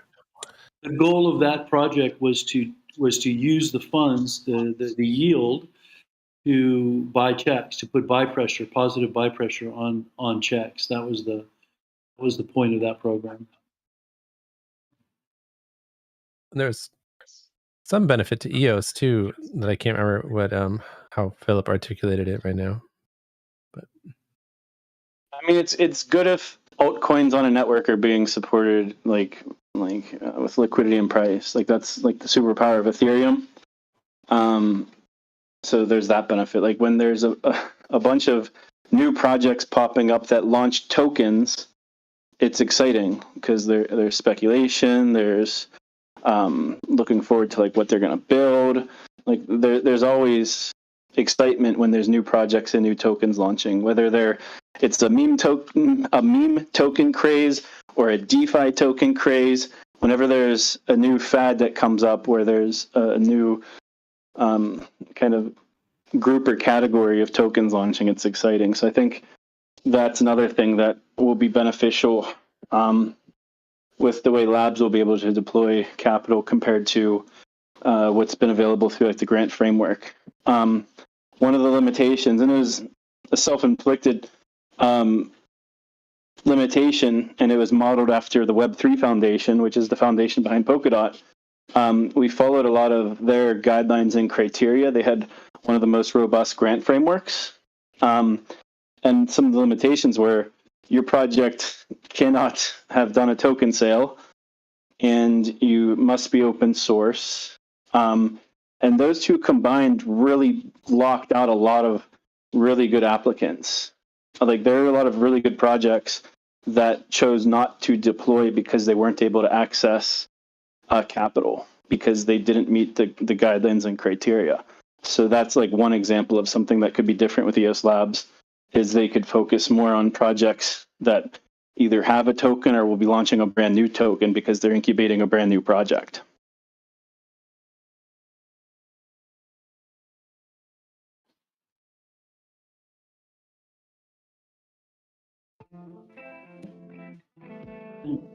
Oh, Intel was going to do that for free. That's what they were going to do, that for free. They're going to put a bunch of tokens on there for free.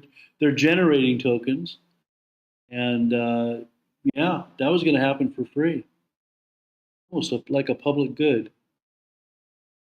What tokens are you talking about? Like the tokens, unless they're just like, I don't know, meme tokens, like they have to value, like they're, like what tokens are you referring to? Like which projects? They haven't been clear exactly which tokens, but my understanding is of their two platform architecture, side that would be regulated out of British Virgin Islands would have the ability to produce tokens that were different than the highly regulated Singapore side. So along with, I think he said 29 top tokens, right, starting with Bitcoin and Ethereum and so on, of course EOS, they would also be able to produce other tokens. That's my understanding, but a white paper is coming out, and yeah, it's not entirely clear exactly. So we're all looking forward to the white paper that Philip is about to announce or about to release. But obviously those plans have changed given the Yield Plus change. They have different sources of return besides Yield Plus. That was one of a few. But Yeah, it was free money, so it's probably taken some wind out of their plans. Going to have to restructure. I think it caused a little bit of disturbance yesterday in the channel, and I think, and I'm not speaking for anybody but myself, but my impression was that it's just frustrating. You know, they're not being communicated with, building on it, but yet, you know, it's like they. I mean, it goes like Shintai's a great project, but they don't like. They showed up to the last coalition call, and it's been on their calendar for 2 years. This is the first one they attended. Yeah, like, they've I hope to see a lot of these things, but like it's like it take like I don't know. I don't like. It's true. They're an OG project. Like they're great, but they're not perfect either. Well, it's not a matter of perfect. They've chosen a different route, and I guess and they're not building directly onto EOS until this last project that they just affected by Yield Plus. So most of it's on their own private chains. That's true, but they are arguably the most valuable project on our ecosystem. The one with the most potential in many people's minds.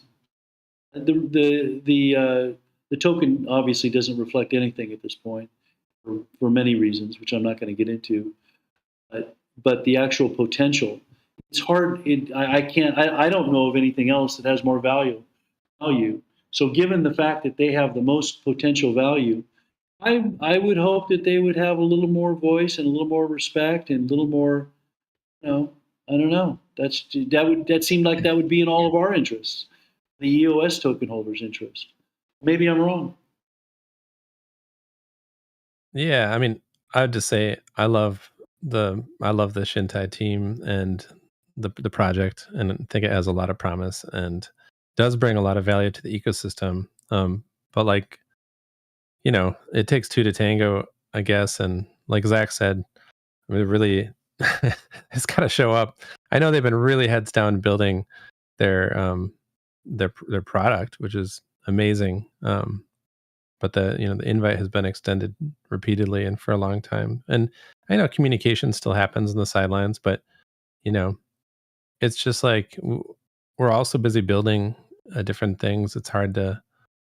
I don't really blame either side. I mean, they weren't really aware of the Yield Plus until fairly recently, and then they're like, "Oh yeah, we could use it for this, and we could pipe the yield into this." And like at the same time, unbeknownst to them, there was this other discussion happening about phasing that program out to move in this other direction. But it's not like EOS 42 or Shintai were already part of the conversation. They just kind of came in at the tail end, so it was a very unfortunate situation in that regard. But I think there's still a lot of synergy and potential between the ecosystems, between Shintai and EOS. But yeah, it remains to be seen as far as like the problems they're trying to solve to bootstrap liquidity for checks and all that stuff. I'm not really sure how they're going to work that out currently. Yeah, and I think it's worth noting that, there would be maybe, like we've worked to elevate Shintai along with other projects, but we've only maybe, I think, done these powered by EOS case studies on 6-7 projects in the ecosystem so far. We've got a really big backlog, and Shintai is one of those few, right? So they've been a priority group of, poster child integrations of things we want to be showcasing to other dApps or potential projects that are considering integrating within our ecosystem, and also, elevating them to the community in that way. So, a really big part of the ENF's mandate is not just financial resources, but human resources and other resources to support dApps. And I think that we've, made an effort to support Shintai in that way through our work in the comms department, at least.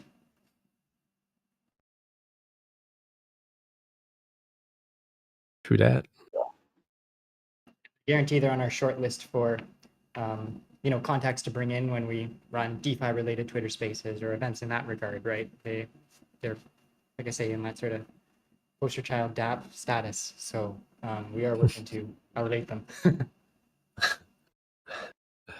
I'm just laughing at the poster child thing, but yeah, and I reached out to Philip, about the IBC webinar. So he's going to be one of the speakers or one of the co-presenters there on stage to able to get involved there. So like they're in our orbit. This is just one particular scenario where like ships passing in the night on the Yield Plus thing.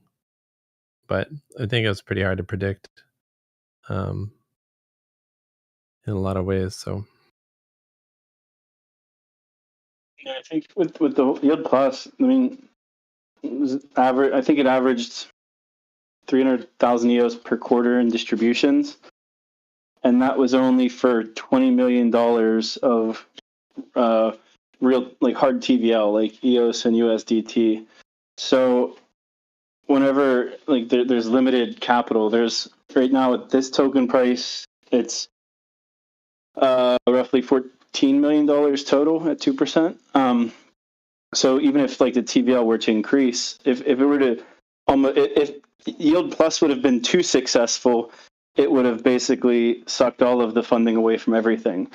And also that capital still, like that wasn't the driving decision, but it was just something that I always kind of had in the back of my mind was the more successful this thing becomes, the more expensive it becomes also. So as far as it was good for stabilizing TVL, like TVL, hard TVL, let's call it, did stabilize around $20 million, but at the cost of, was it like 1.2 million EOS for just the yield distributions plus whatever the costs were to build out all the smart contracts, right? The blue paper, everything to administer it, everything that kind of went into it. It was a decent cost, and that capital is still going to be deployed, just more targeted. So previously 85% of all of the Yield Plus, all of the 1.2 million annualized tokens being distributed were going to a single entity. So really, with Yield Plus winding down, it really only affects DeFi box a lot. But I think they'll still be fine. They've kind of communicated some of their plan. But really, we're talking 15%, the other 15%, which would be, I don't know my math, 200,000 EOS, basically. So about $150,000 is all that's really what was there besides what DeFi Box was accumulating, because they had multiple protocols that were all at the 6 million EOS cap. And so it doesn't really affect that many different parties. I think it was just unfortunate with Shintai as far as their timing. Like they got on the bandwagon late. And then the other thing that factored into all of this was the multi-chain situation. So losing a highly liquid stable coin that is accessible to over 90 different blockchains. All of the alternative bridges that are kind of being deployed, so Nerve Network, Sealer, and Chainport, none of those have nearly the liquidity that multi-chain had as far as cross-chain liquidity. So now it's in the best interest to just kind of hold off, instead of deeming a new USDT the de facto stablecoin for EVM. It makes sense now to wait until the trustless bridge, the next iteration of it's ready, which I believe that it's targeting September. I'm not sure of an exact date, but once you're able to transfer altcoin or USDT across from native to EVM, it'll really kind of help make DeFi kind of possible again, because right now there's just no good stablecoin right there. So it kind of put a halt to things. One of the things that Yield Plus wasn't able to do, that one of the goals it set out to do, was to create a robust DeFi ecosystem. So basically many different protocols launching rather than like having one gigantic protocol. and it never really came to fruition. I think it would have had a better chance of getting more protocols involved with the EVM integration, which it was very close to having, but it still wouldn't have had the stablecoin bridge fully fleshed out yet, as far as like external stablecoins. But there were a number of things that kind of factored into that. I was definitely sad to hear about it being wound down, but the smart contracts all still exist. I think if there's an appetite for it in the future, and we're in a different market climate, I think it could always come back. I don't know in the same form, but there was a lot of technical work that went into it. I would like to see it leveraged in some way. But yeah, there was, I don't know, I'm just rambling at this point, but there's some things I'm really excited about because I think it'll be better to deploy capital more efficiently and directly. But I was also kind of sad just because we were working on this EVM integration for a couple months now, and it's kind of near complete, or is complete, but it won't be leveraged in the short term at least. Which isn't really, and the other thing too is, even as we were developing they're writing the Yield Plus Blue paper and things like that. The Yield Plus Blue paper was modeled off of a lot of the liquidity incentive programs that were popular in 2021. Looked at Polygon. Phantom was one of the biggest inspirations for the liquidity program, bar none. Like they had by far some of the best success with the liquidity program.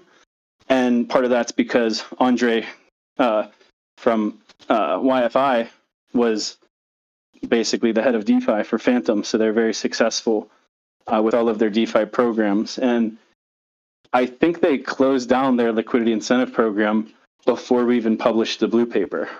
I have the exact blog post somewhere saved, but early 2022, maybe like March, April, they actually shut down their own liquidity incentive program for the exact same reason, more targeted investment.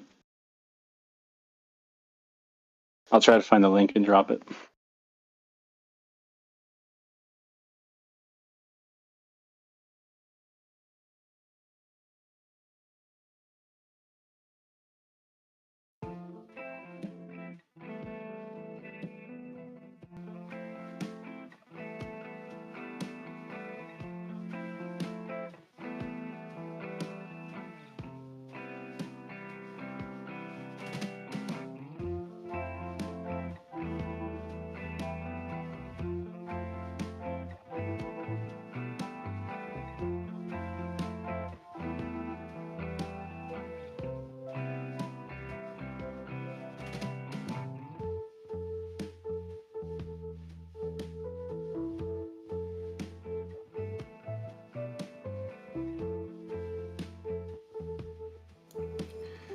All right, thank you, Zach, for this much appreciated context and extra information. We made it to 2 hours, guys. I knew we would. Yeah, we just had to try a little bit. Came close, and then the spark was thrown out there. It's like trying to start a fire in a rainforest, but you know someone's got that dry matches in their pocket somewhere.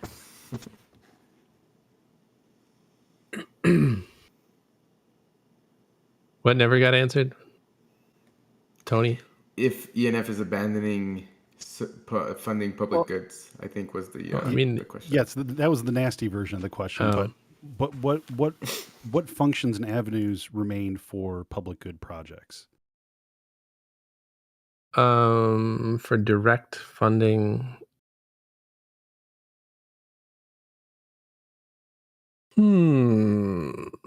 at the moment, with the phasing out of, season 7 Pomelo, and then I'm not sure. I hope that there'll be some other avenue in the future, but I think during this transition, it's going to be a little nebulous, let's say. But I mean, the ENF is functionally the public goods, side of things at this point. What in particular are you thinking, if anything, like for like code or open source code or improvements to code base, things that essentially make life easier for developers within this ecosystem. I Well, I know don't there's think any been of a that's lot of that for many, many years now, but yeah. I think that, and I feel like that's kind of the way that this is pushing, right? Is we've done a lot of tweaks to the system, so we need to we need to get get off the pot, so to speak. Right. So I understand the reasoning behind it. Obviously we all know that there are going to be more improvements that are going to be needed in the future. It's certainly not done. So yeah, for the folks that are working on those projects and working on those improvements to the ecosystem, having some sort of, I understand that the grant framework was an experiment of sorts. It was a project, but oh, okay, it looks like Daniel Keats just answered that directly, but yeah, that's mainly my focus, right? Is I understand the need for the for-profit projects, because for-profit's going to show that we are, that there is profit being made here, and that's going to attract more investors, which keeps that cycle flowing, and that's great. But yeah, that's my main concern is just, it's a really good system and it can be better. So hopefully that will, hopefully that funding will still continue. I'm hopeful. Yeah, outside of the direct grant framework, of course, the ENF continues to fund stuff like RFPs through the Antelope Coalition that are, for instance, WRF kit came out of that. So I'd imagine stuff like that's still going to get funded, and a lot of the development, like to the core code base, is going to continue necessarily. And that's, I guess you could consider that all public good funding, whether it's ENF engineers or whether it's an RFP to other engineers in the space, or additional tooling that is determined we need through people like Aaron and others. Yeah, but as far as the grant framework, I mean, where you can just come with whatever you're working on, something like that's not going to exist for a time. Part of that, yeah, Eve spoke about yesterday being, yeah, I guess I don't need to rehash the reason for why I phased that out now, but yeah, no, I mean, it makes, I understand the logic behind it. I'm just, yeah, and knowing that there are still options out there for other folks as well. It's good to know. So thank you. I just wanted that. I didn't mean to start off, kick everything off, and I'm glad it didn't go as badly as it could have, but but no, I just figured I want to get that question asked out there, and I think it puts my mind at ease, and I'm sure a lot of other people as well. So thank you. Yeah.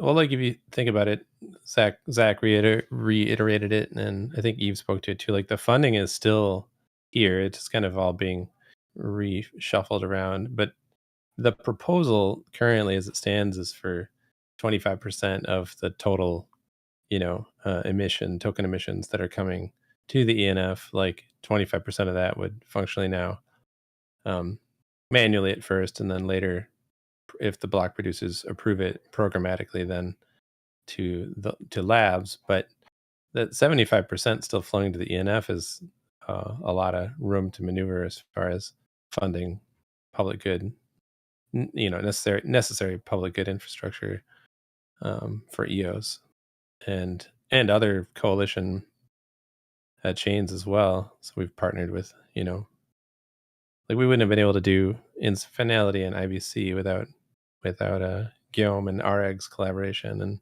without all the 10 years of work that UX put into the IBC software.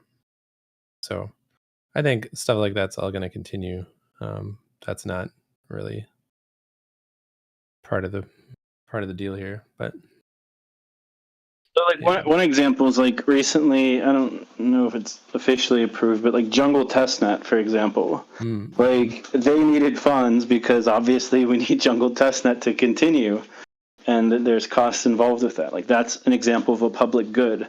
Something like Jungle Testnet would likely still be funded by the ENF. So there's certain like public goods, like they're not going away. Like it's just the avenue of which I guess the funds are deployed is being different. So there's probably yeah, I guess the big unknown is like there's certain public goods that are still part of.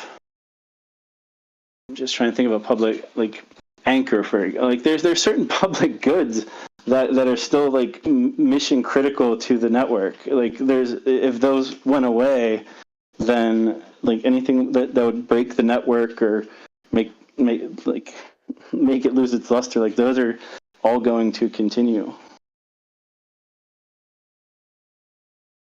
But the 20, like Brandon said, that there's 25% of funds that were being deployed. Like every dollar that's ever come in has been deployed. And now 25% of that is going to another entity, which will still be deploying that capital. They're just going to be deploying it in a different way. So obviously with 25% less funds being distributed by the ENF, like it will affect the amount of capital that the ENF is able to deploy towards public goods, but all of the essential ones will continue. Like there's other means, like through like direct contracts, like the HIFA. I wouldn't necessarily consider HIFA a public good because they are a for-profit company and things like that. But like that happened outside of the grant framework, for example. And then there's other examples like the contracts with like EOS support and other entities. They're still like going to continue.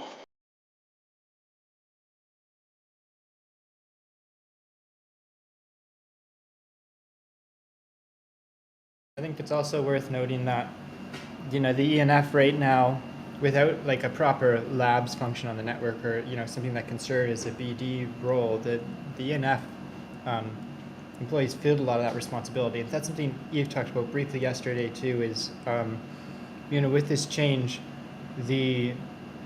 it's not just redirecting, or reallocating the funding, like Zach says, the funding is still hitting the ecosystem, but there are more resources now opened up internally within the ENF, and also expenses, such as the expenses related to the administrative overhead with running a Pomelo round that are now not being spent, right? So that opens up more resources in other areas, especially internally within the ENF, to focus on its mandate, which isn't necessarily BD, but more so actually supporting public goods and, open source development within the ecosystem. So more of a, ensuring that the internal engineers are able and product department are able to focus on the, open source core protocol of EOS. I think that's actually kind of a win out of this, right?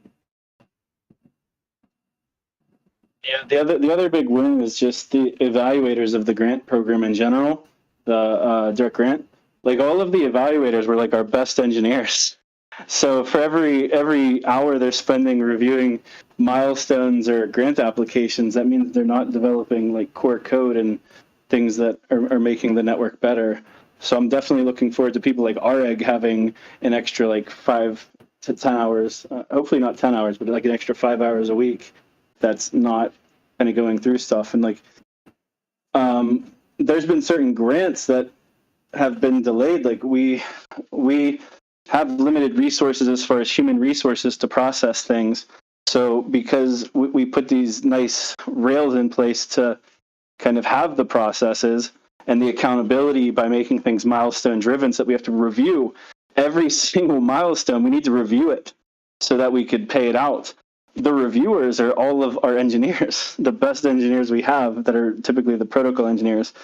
One of the reasons that and it's separate from the grant framework, but one of the reasons instant finality is just now kind of wrapping up is because there was like a multi-month delay on a code review for it, because there's literally one person on the entire ENF who's able to review, maybe two, but there's one in particular who's the only person that could review it, and his time is the most valuable on the ENFs. So it's like, that's a big example, but to administrate the grant framework was very resource intensive. For every dollar of capital being deployed, sometimes it was costing almost $1 of administration just because of the people involved and the time involved. So instead of that dollar going towards administrative costs, now a program's deploying capital more efficiently because they're not necessarily doing it in the same way, then hopefully they could deploy more capital. And all the core engineers get freed up to work on yes, EOS. And yeah, and the reviews aren't simple. They were, code reviews for the milestones, which would often then be like turn into requests for changes, which would then have to be reviewed again after the changes were made. So it was like quite a big process. And all of that stuff's great when you're in a world of abundance. When you have excess availability of capital, you could hire more people, for example, to administrate those things or certain things. But whenever you have scarce resources, when capital is limited, you kind of need to tighten down and be more strategic with every dollar that you spend. And deploying $1,000 to 50 people, like for example, is probably less capital efficient than deploying 50,000 to one project or person who could build something of value, hopefully.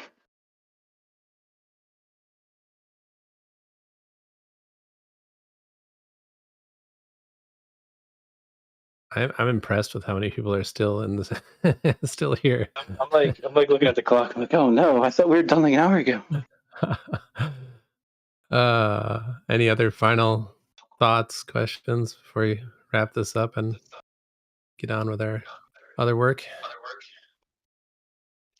I think the big thing is that there's more information forthcoming. We don't have all the answers. I don't think Watchung has all the answers. I don't think Eve has all the answers.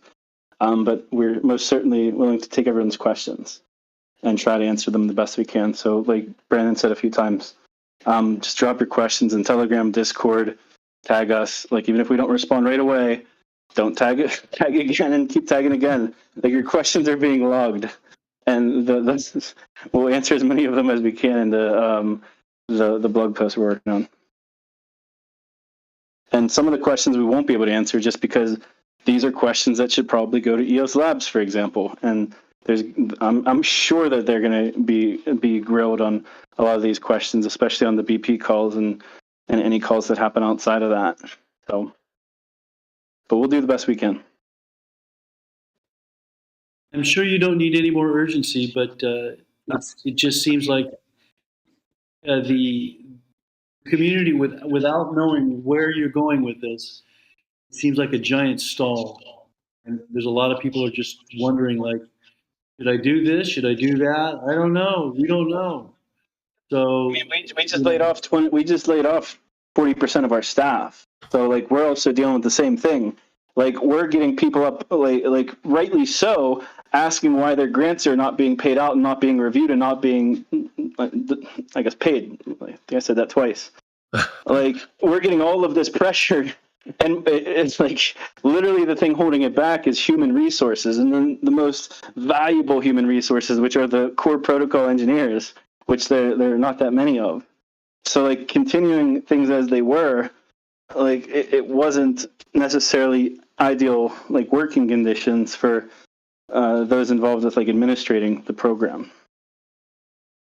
I'm not sure what that means, to be honest, Zach, but all I'm saying is that just as somebody who's not on the inside of that, but is trying to contribute to the community, to building in the community, I know that the next set of meetings, which are tomorrow and the next day and forever beyond, we're all going to be looking around asking ourselves, what is the environment that we're operating in? And so the sooner the better, really, I think for the whole community. It's just to lay down as many details as possible That's all I can say. That's all I can say. Yeah, and I think a lot of those details will get filled in, but I also want to just remind everybody that there's a number of like incredible things that we have now, regardless of any of these changes that are available, and people can still build on the network and still, rally and still do cool games and stuff that they want to build on. I mean, we got Web IDE coming online. That's going to be really exciting for smart contract developers. IBC obviously is just getting tapped into. The other big one, Wharf Kit obviously just released Session Kit, and I believe Contract Kit is next. I think someone jump in there if I'm mistaken. And so all these tools that allow folks to build on EOS are now available for the first time. I mean, like, we never had a Web IDE before. I mean, I guess Block One had a Web IDE, but you had to do all this like insane stuff to get to it and use it. So now we have finally a good Web IDE, finally some tools for connecting the front end, and then a whole other world of possibilities with the EVM. So if people are so inclined, I think what would be helpful from the community is just to like focus on the stuff we do know and we do have, and that is up and running right now while we go through this transitional period, and help us keep the momentum going, because it's kind of just a necessary restructuring at this point. And I see it as it's going to be a net positive in the end. But Well, I guess more specifically, go ahead. I was going to say, I recognize that any form of uncertainty is always kind of like problematic, but it's like someone once said several times, welcome to Web3. So obviously we're all in a very volatile environment. I guess more specifically, just directly, if you're building governance on EOS right now, we're not exactly sure, and if you're thinking about a public good on governance, or if you're thinking about an incubator that produces public goods or produces DAOs, like exactly what's being considered right now in Eden on EOS as a new direction. And we don't have a lot of answers right now. It's a little bit mysterious about how to proceed, where to go, and so looking for answers in that direction. I know that we all know it has been a direction up to now. 850,000 went to Haifa, and of course Eden on EOS was created originally. So that has been something that has been a direction, and would be interesting to know if that's changing or how much that's changing. Did we just get completely 100% displaced? Yeah. I can give you my personal opinion on that whole thing, which may be controversial, but having been with Eden since the beginning, I would just say, you've got Haifa now getting close to ready to launch like a full offering of services. They've, to my knowledge, included or will have included by the end of it the functionality for political playoffs and all that stuff, or at least some equivalent, let's say, in the final milestone. Personally, if I'm running Eden, Mo, I have total confidence in Mo. I think he's got a real good head on his shoulders and a vision, and everyone else that's kind of working in that domain right now is doing great work, I think, to clarify. Personally, I would merge the Haifa, or like I would disband Eden and break it into several, focused DAOs or circles, like kind of what is envisioned already, and take that what's left of the treasury and use it very wisely and specifically in the same way that, we're kind of doing with labs, which is like, instead of spray and pray approach and the time of abundance, like take what you have, focus like a laser in very key areas where you can create value. And the last thing I'd say is rebrand. Like it's I'm not a fan. I've never been a fan of like the Eden brand. I think it's time. It's like got a lot of baggage at this point. I think, fall in under Haifa, you've got like an active group of people doing code development. They've got like a great vision. They've got all sorts of like cool stuff.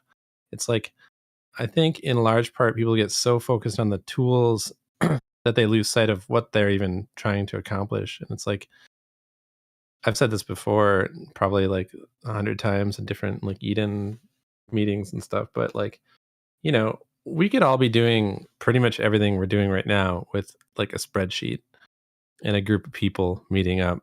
It doesn't take, like, the tech is nice. The tech allows us all sorts of like interesting possibilities that we wouldn't have otherwise, and it eliminates like the need to trust third parties and stuff like that. But really, like, I think we get confused by like the toys and the tools, when what we really need to decide is what it is that we're trying to accomplish. Like, what project are we trying to build? What mission are we trying to advance? And then do whatever you need to do to get there with whoever can help you get there. Don't get hung up on like, is it the perfect form of centralized governance, or is it this and that? I mean, those are great things to aspire towards. But like, we can be effective and move and adapt and grow like our way of operating. Like, we've seen all sorts of really cool experiments, from the fractal groups to political playoffs. Haifa has like incorporated at least 3 different modalities of consensus decision making together. It's like you literally have a whole suite of tools. If anything, it's like overabundance of possibilities to choose from. I think what we need now is just people that have a clear idea of what they want to accomplish, and will use any tool that is available to get it done. Like, one thing I've seen, I know I'm just ranting like a fool now, but it's like every time I go to like a country where people don't have a lot of stuff, I swear they just get so much more shit done, and it's like, if you look at community currencies, for instance, in Kenya, because of the work with like grassroots economics and other people, I mean, it's amazing. Like, the whole country is just multiple projects of people like introducing community inclusion currencies and all this really cool voucher systems and stuff, and radically altering their society. It's like, like here in the West, and we have all these resources and no one can get anything done. It's like, just pick up whatever works and use it. And well, you've covered a lot of ground there, Brandon, and I'm going to agree with you that that Eden Fractal has a lot to offer, and I'll point out that it's actually not something that's being integrated directly into Haifa. Haifa isn't going after every single DAO feature, at least not immediately. Yeah. They've got an import feature for the existing Eden upvote process. They don't have it; it's not integrated yet. And I would submit that the actual Eden fractal ranking process, the core of Eden and Eden fractal, and the thing that came out of More Equal Animals, is the most valuable part of our DAO community, and it's not being included directly at this moment into Haifa. And I think that's where we can add value, as well as attracting, and I'm talking about Eden on EOS, as well as attracting and supporting DAOs using the Haifa software to support the other features. But the core of it, we're kind of discarding, and I to say that it's, we're not utilizing our resources effectively is kind of hard to hear. from someone who I perceive as sympathizing the attacks that went on to Eden on EOS. So I think, that's not really, I don't think that's fair for you to say that after you supported all that stuff. Wait, what did I support? What do you mean? The Stefan-led election rush. Oh, that. That little thing. I didn't like willingly or knowingly participate. Brendan was in not supporting any of that. So did you? I did show up and witness, but I didn't know what his plan was. Do you condemn it? Condemn it? Well, I mean, yeah. At this point, I think it taught us some valuable lessons. Like, there are other hostile, things that we could talk about, like different attempts to, well, I don't know, like it's weird, like Eden, you start out with like this idea that there's some like canon or some like pure Dan Larimer vision, and then anything from that is like perhaps a deviation from like the core, like no, it is that's written. not what I'm saying. No. I'm not necessarily accusing you of that, but I'm just saying like there's this tendency to be a little dogmatic with all the systems, like if I'm a sociocracy nut, like I'm fucking way into sociocracy and anything else is stupid. Or if I'm like into, whatever it is, like that's the problem, I think, is like we deify these systems. And I'm not saying that, I wasn't trying to attack like, or say like you guys are mismanaging resources or like there's a poor use of resources. Like, honestly, I think Eden has done really cool shit with all the resources that has been distributed and stuff that we would have never come across had Eden not existed. But what I want to see now personally is for people to take all the pieces and all the tools, kind of like what we're doing the ENF with, like, okay, well, we did the grant program, but it was kind of clunky and it had a lot of overhead, and maybe there's like a more lean way to do the same thing, or like let's decompose some of this stuff and then reassemble it in another package. And personally, I feel like Haifa, okay, maybe it doesn't have all the bells and whistles that a person wants for some, whatever DAO you conceive of, but a lot of the stuff is social tech at the end of the day. And it's like we all have access to like the basic tools through Haifa, or just getting together with people and making agreements and like deciding to do things. I think getting hung up on limitations in the tools is kind of, like, I agree with you.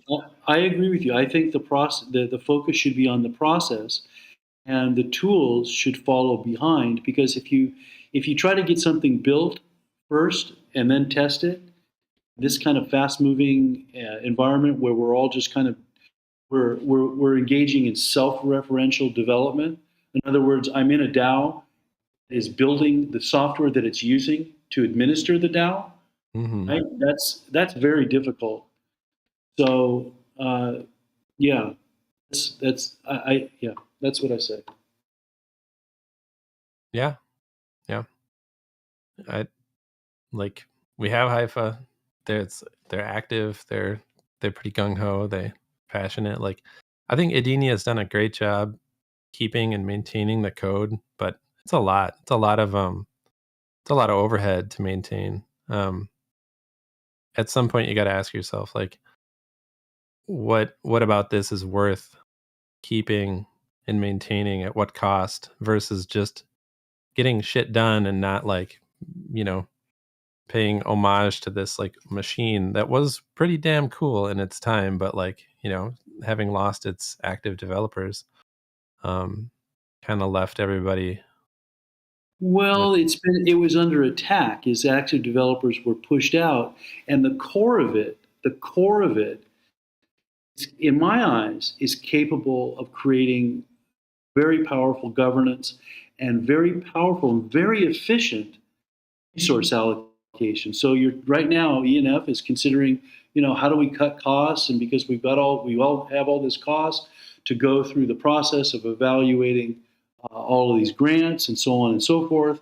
And then on the other hand, you have this thing, this process that has been born out of the stand-up meeting, the famous software agile stand-up meeting that occurs thousands of times every day across the globe for decades,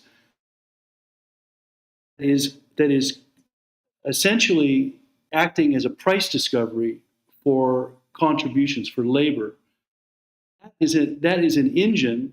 Forget about the code that drives it. It's a human process, and I feel like we're dismissing that and not recognizing that as really super valuable. If you take that engine and you house it correctly and you harness that engine, you have the ability to do a lot of what the ENF is doing right now. Well, with Factually, I think it's kind of interesting, but the proof is kind of in the pudding on that one. And, like, it's no Pudding got secret. tainted. What? The pudding got tainted. Well, how? I mean, what do you mean? Well, I just mentioned the election issue. That's one reason. Wait, are we conflating like Fractally, the weekly meeting Scrum style process, and the political playoffs or AKA upvote election process? Because they're two different things. Referring to Eden Fractal, I wasn't aware of that. Okay, I missed that. I thought that's what you were talking about when you talked about like the agile methodology and meeting weekly and valuing people's work accordingly and stuff like that. I am. I'm sorry. Please go ahead. I apologize. So that's more like on the Fractal side of the equation, I suppose. I mean, I see that as just like anyone could use it, and if it works for the team that wants to use it, they should use it. Now, I wouldn't impose that on teams and say like you must use this. Like I don't think it's proven like any more than I would impose any other team methodology on any team. I guess if I was leading a team, I would probably take more of a laissez-faire approach personally. Like, as long as the job gets done, like as long as people mandate everybody use that process. I'm saying that it can be used as a process for resource allocation, which is essentially what a venture capital operation does, or a worker proposal system, whatever you want to call it. Right? I'd love to see it. I think all these things it's been a delight to watch all these different experiments play out, and we're not done yet with those experiments, and now we've got like a whole stack of new crazy potentialities in front of us with Leap 5, other doors, and then so between like the social tech, which I would call like Fractally is more of like social tech, and even political playoffs, which can be done with a deck of cards, is very much social tech. It doesn't, obviously at distance and at scale with multiple different people from all over the world, it kind of requires a bit of a technological intermediary, but functionally it's just like meeting people, agreeing to a set of rules, following the rules, and maybe like kicking out people that don't follow the rules, and then repeating. And now imagine those processes you've just described, and imagine a group testing those processes, improving those processes. Then once they figure they've got some good, solid processes that are generic enough to be abstracted across multiple use cases, those things get developed into code onto blockchain in a scalable form that can invite people, anyone from a condo association to another chain on another blockchain that just doesn't happen to have that kind of technology. I could see DAO governance on our chain bringing in a lot of people. If we're able to focus this and create something valuable. We have currently a community of people who have been practicing these things and have this in their head that we understand this. That's a resource. I don't think that we should throw it away. I'm hoping that the ENF will value that and not let that just kind of die on the vine, and they will take advantage of it and continue with it and see it as a way to grow the the ecosystem with users and support for these new venture capital firms, because those private companies, some of them are going to want to be decentralized. And I would argue that many of them will want to be decentralized because of the regulatory environment that is emerging. So I feel like the deal with Haifa was a wise move. And I feel like we need to have some EOS specific growth. And I feel like the best position to do that is the ENF, is to put those, lay those seeds down and water it and grow that in our community. That's the message I want to communicate. Yeah. Where's my applause, Stefan? I'll give you the golf clap. Yeah, and I mean, I think,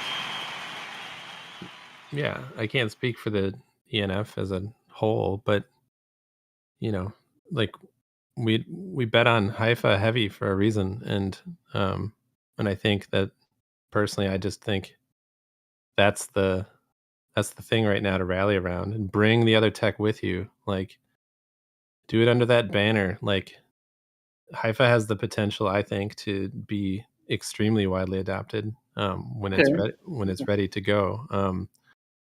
But it's, yeah, I mean, it's just that they figured out a lot of the nuances. Like, while Eden had this like really cool governance engine, and like it was like the engine for the car, but no car to put it in. And Haifa kind of had the whole car and several engines to choose from, but it didn't have the Eden engine. And we're like, what if we could put the Eden engine in the Haifa car? And everyone's like, that's a great idea. But we'll see what milestone 7 brings. It should hopefully put the Eden engine in the Haifa car in some way, shape, or form.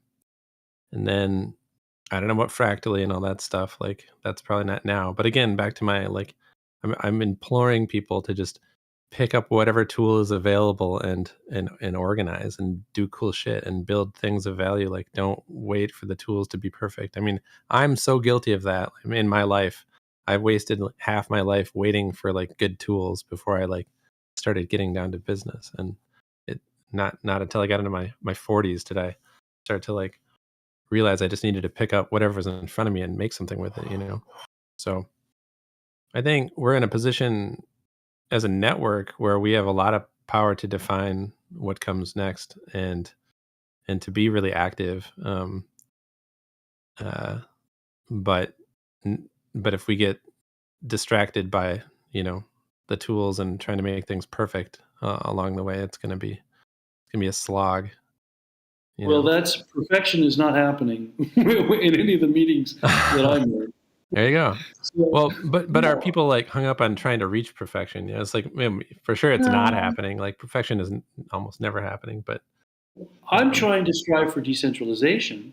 And I know that there is no such thing as a perfect thing, but I know which direction it is. So that's what I think we need to decentralize, and we need to try to do it at every turn we can. That's, I think, important. But no, nothing is perfect. Nothing's going to be perfect. We just have to agree on the direction that we want to go. And I think I'm afraid like we've been kind of doing a little bit too much centralization, and that's hopefully we can change that. Put that yeah, I in a mean, different direction. and yet like the moves from what many would consider like the more centralized camp, which is the ENF, a centralized org receiving funding from a decentralized org that has been methodically adding the features that allow the network to become more decentralized. So the savings bucket got changed so that now it can distribute inflation to more than one party besides just the ENF. That was a big move. Like, that didn't have to happen. That was a choice. And now with labs being under a different group of decision makers. I think there's room for more of that, and we'll see that. And yeah, who knows what territory we're heading into. But we also, I think, on the other side of that whole discussion, the whole decentralization, and I don't know, there's like functional decentralization, and then there's like decentralization for show, or like for bragging rights, or for I don't know what, like some Call ideological. it decentralization in name only. Yeah, exactly. Like, so I think the trend is moving in a good direction. It's just like, well, yeah, it's slow, but it's also the fact that we're pulling ourselves out of like a truly impossible situation that most people, still, that I talk to, and you've probably seen other groups where I'm combating people on a daily basis about, their extremely dim view of EOS and its prospects for, even continuing to function. It's like we've come a long ways already, I think, and not that we're stopping here, but I have to like stop and remind myself every once in a while, like when it was just when I joined and it was just pretty much just Zach and Eve, and then I didn't think, it took me a few months to believe this was possible, and everything that's happened since then has like kind of convinced me it is possible for EOS to make a comeback, and the whole Antelope coalition coming together and all that stuff, that was like stuff we only kind of dreamed about before, and now we're starting to see the tools that we've always needed be built, and all this other stuff coming in. It's like it's coming together. At the same time, it seems kind of bleak in some sense, because people don't see the EOS has never had the huge inflow of capital, ironically, that that a lot of other projects enjoyed. But I think, as it's been pointed out before, that's something we kind of have to make into a strength. And like, we're either here to persist and survive and pull it off somehow, and make this technology and this community flourish together, or or or not. There's not really like a middle option there. And Well, the original vision, Brandon, was to get the block producers decentralized and have them producing all of these goods. Right. We never really got there. Well, that was a vision, I think there were competing visions even at that time. And like, again, like getting married to a vision, or married to like a particular ideology or governance framework, may not necessarily be the most advantageous way to operate when you encounter the way that things are actually functioning under like the current game. So then you're like, okay, well, how do we change the game while we're playing it? Not like wish it was another way, or pine for the days of the Constitution that never was, that we couldn't enforce. Yeah, there are a lot of great ideals and stuff, and I think that's what rallied this community together. And a lot of many of those people are still here and still building, and I don't think have fully I don't think have given up on those ideals. It's just we're adapting as the game pieces move around, and we're trying to stay in the game. And then of course, the ENF was founded kind of as like a last ditch effort to pull this all back together again, and to bring us out of that chaos of uncertainty and directionlessness and whatnot, that from a community that was over decentralized and waiting for some big daddy warbucks to like come in and show us the greatest thing ever, that never arrived. So we've learned a lot, I think, on this journey, and a lot of us have probably become somewhat disillusioned, but it goes through cycles, right? Like you get your bubble popped, and you're just like, oh, I just gotta grind and go and cockroach mode. I don't know if Rodrigo's still on the call, but man, like I look at some of the people on the call here, and I know y'all have gone through some crazy times of just like survival mode, and just grinding and not knowing how anything was gonna pan out. So, mad props to everybody that's stayed this long. It's kind of amazing. Yeah, it's biblical. I'm not even a Christian, but I think this is like a very like epic saga we've got going on. I guess it's like it'd be the Mahabharata if you prefer. But yeah, sometimes when I think about the history of EOS, it's like pretty epic saga. But where it goes from here is pretty much up to us, and it's like the ones that stick it out and keep building value. Honestly, I think the application layer is going to have the biggest say at how this direction goes, how this network goes. I just waiting to see who those applications are that wisely take advantage of that power, because the first killer app that launches on EOS and takes a percentage of their revenue paid in dollars to buy EOS, it's like trivial at this point, like the amount of influence they could have in the network. It's like the game is still wide open. I would say there's a lot we can do when the tools are just getting better. So grab a hold of something and start working. That's all I got.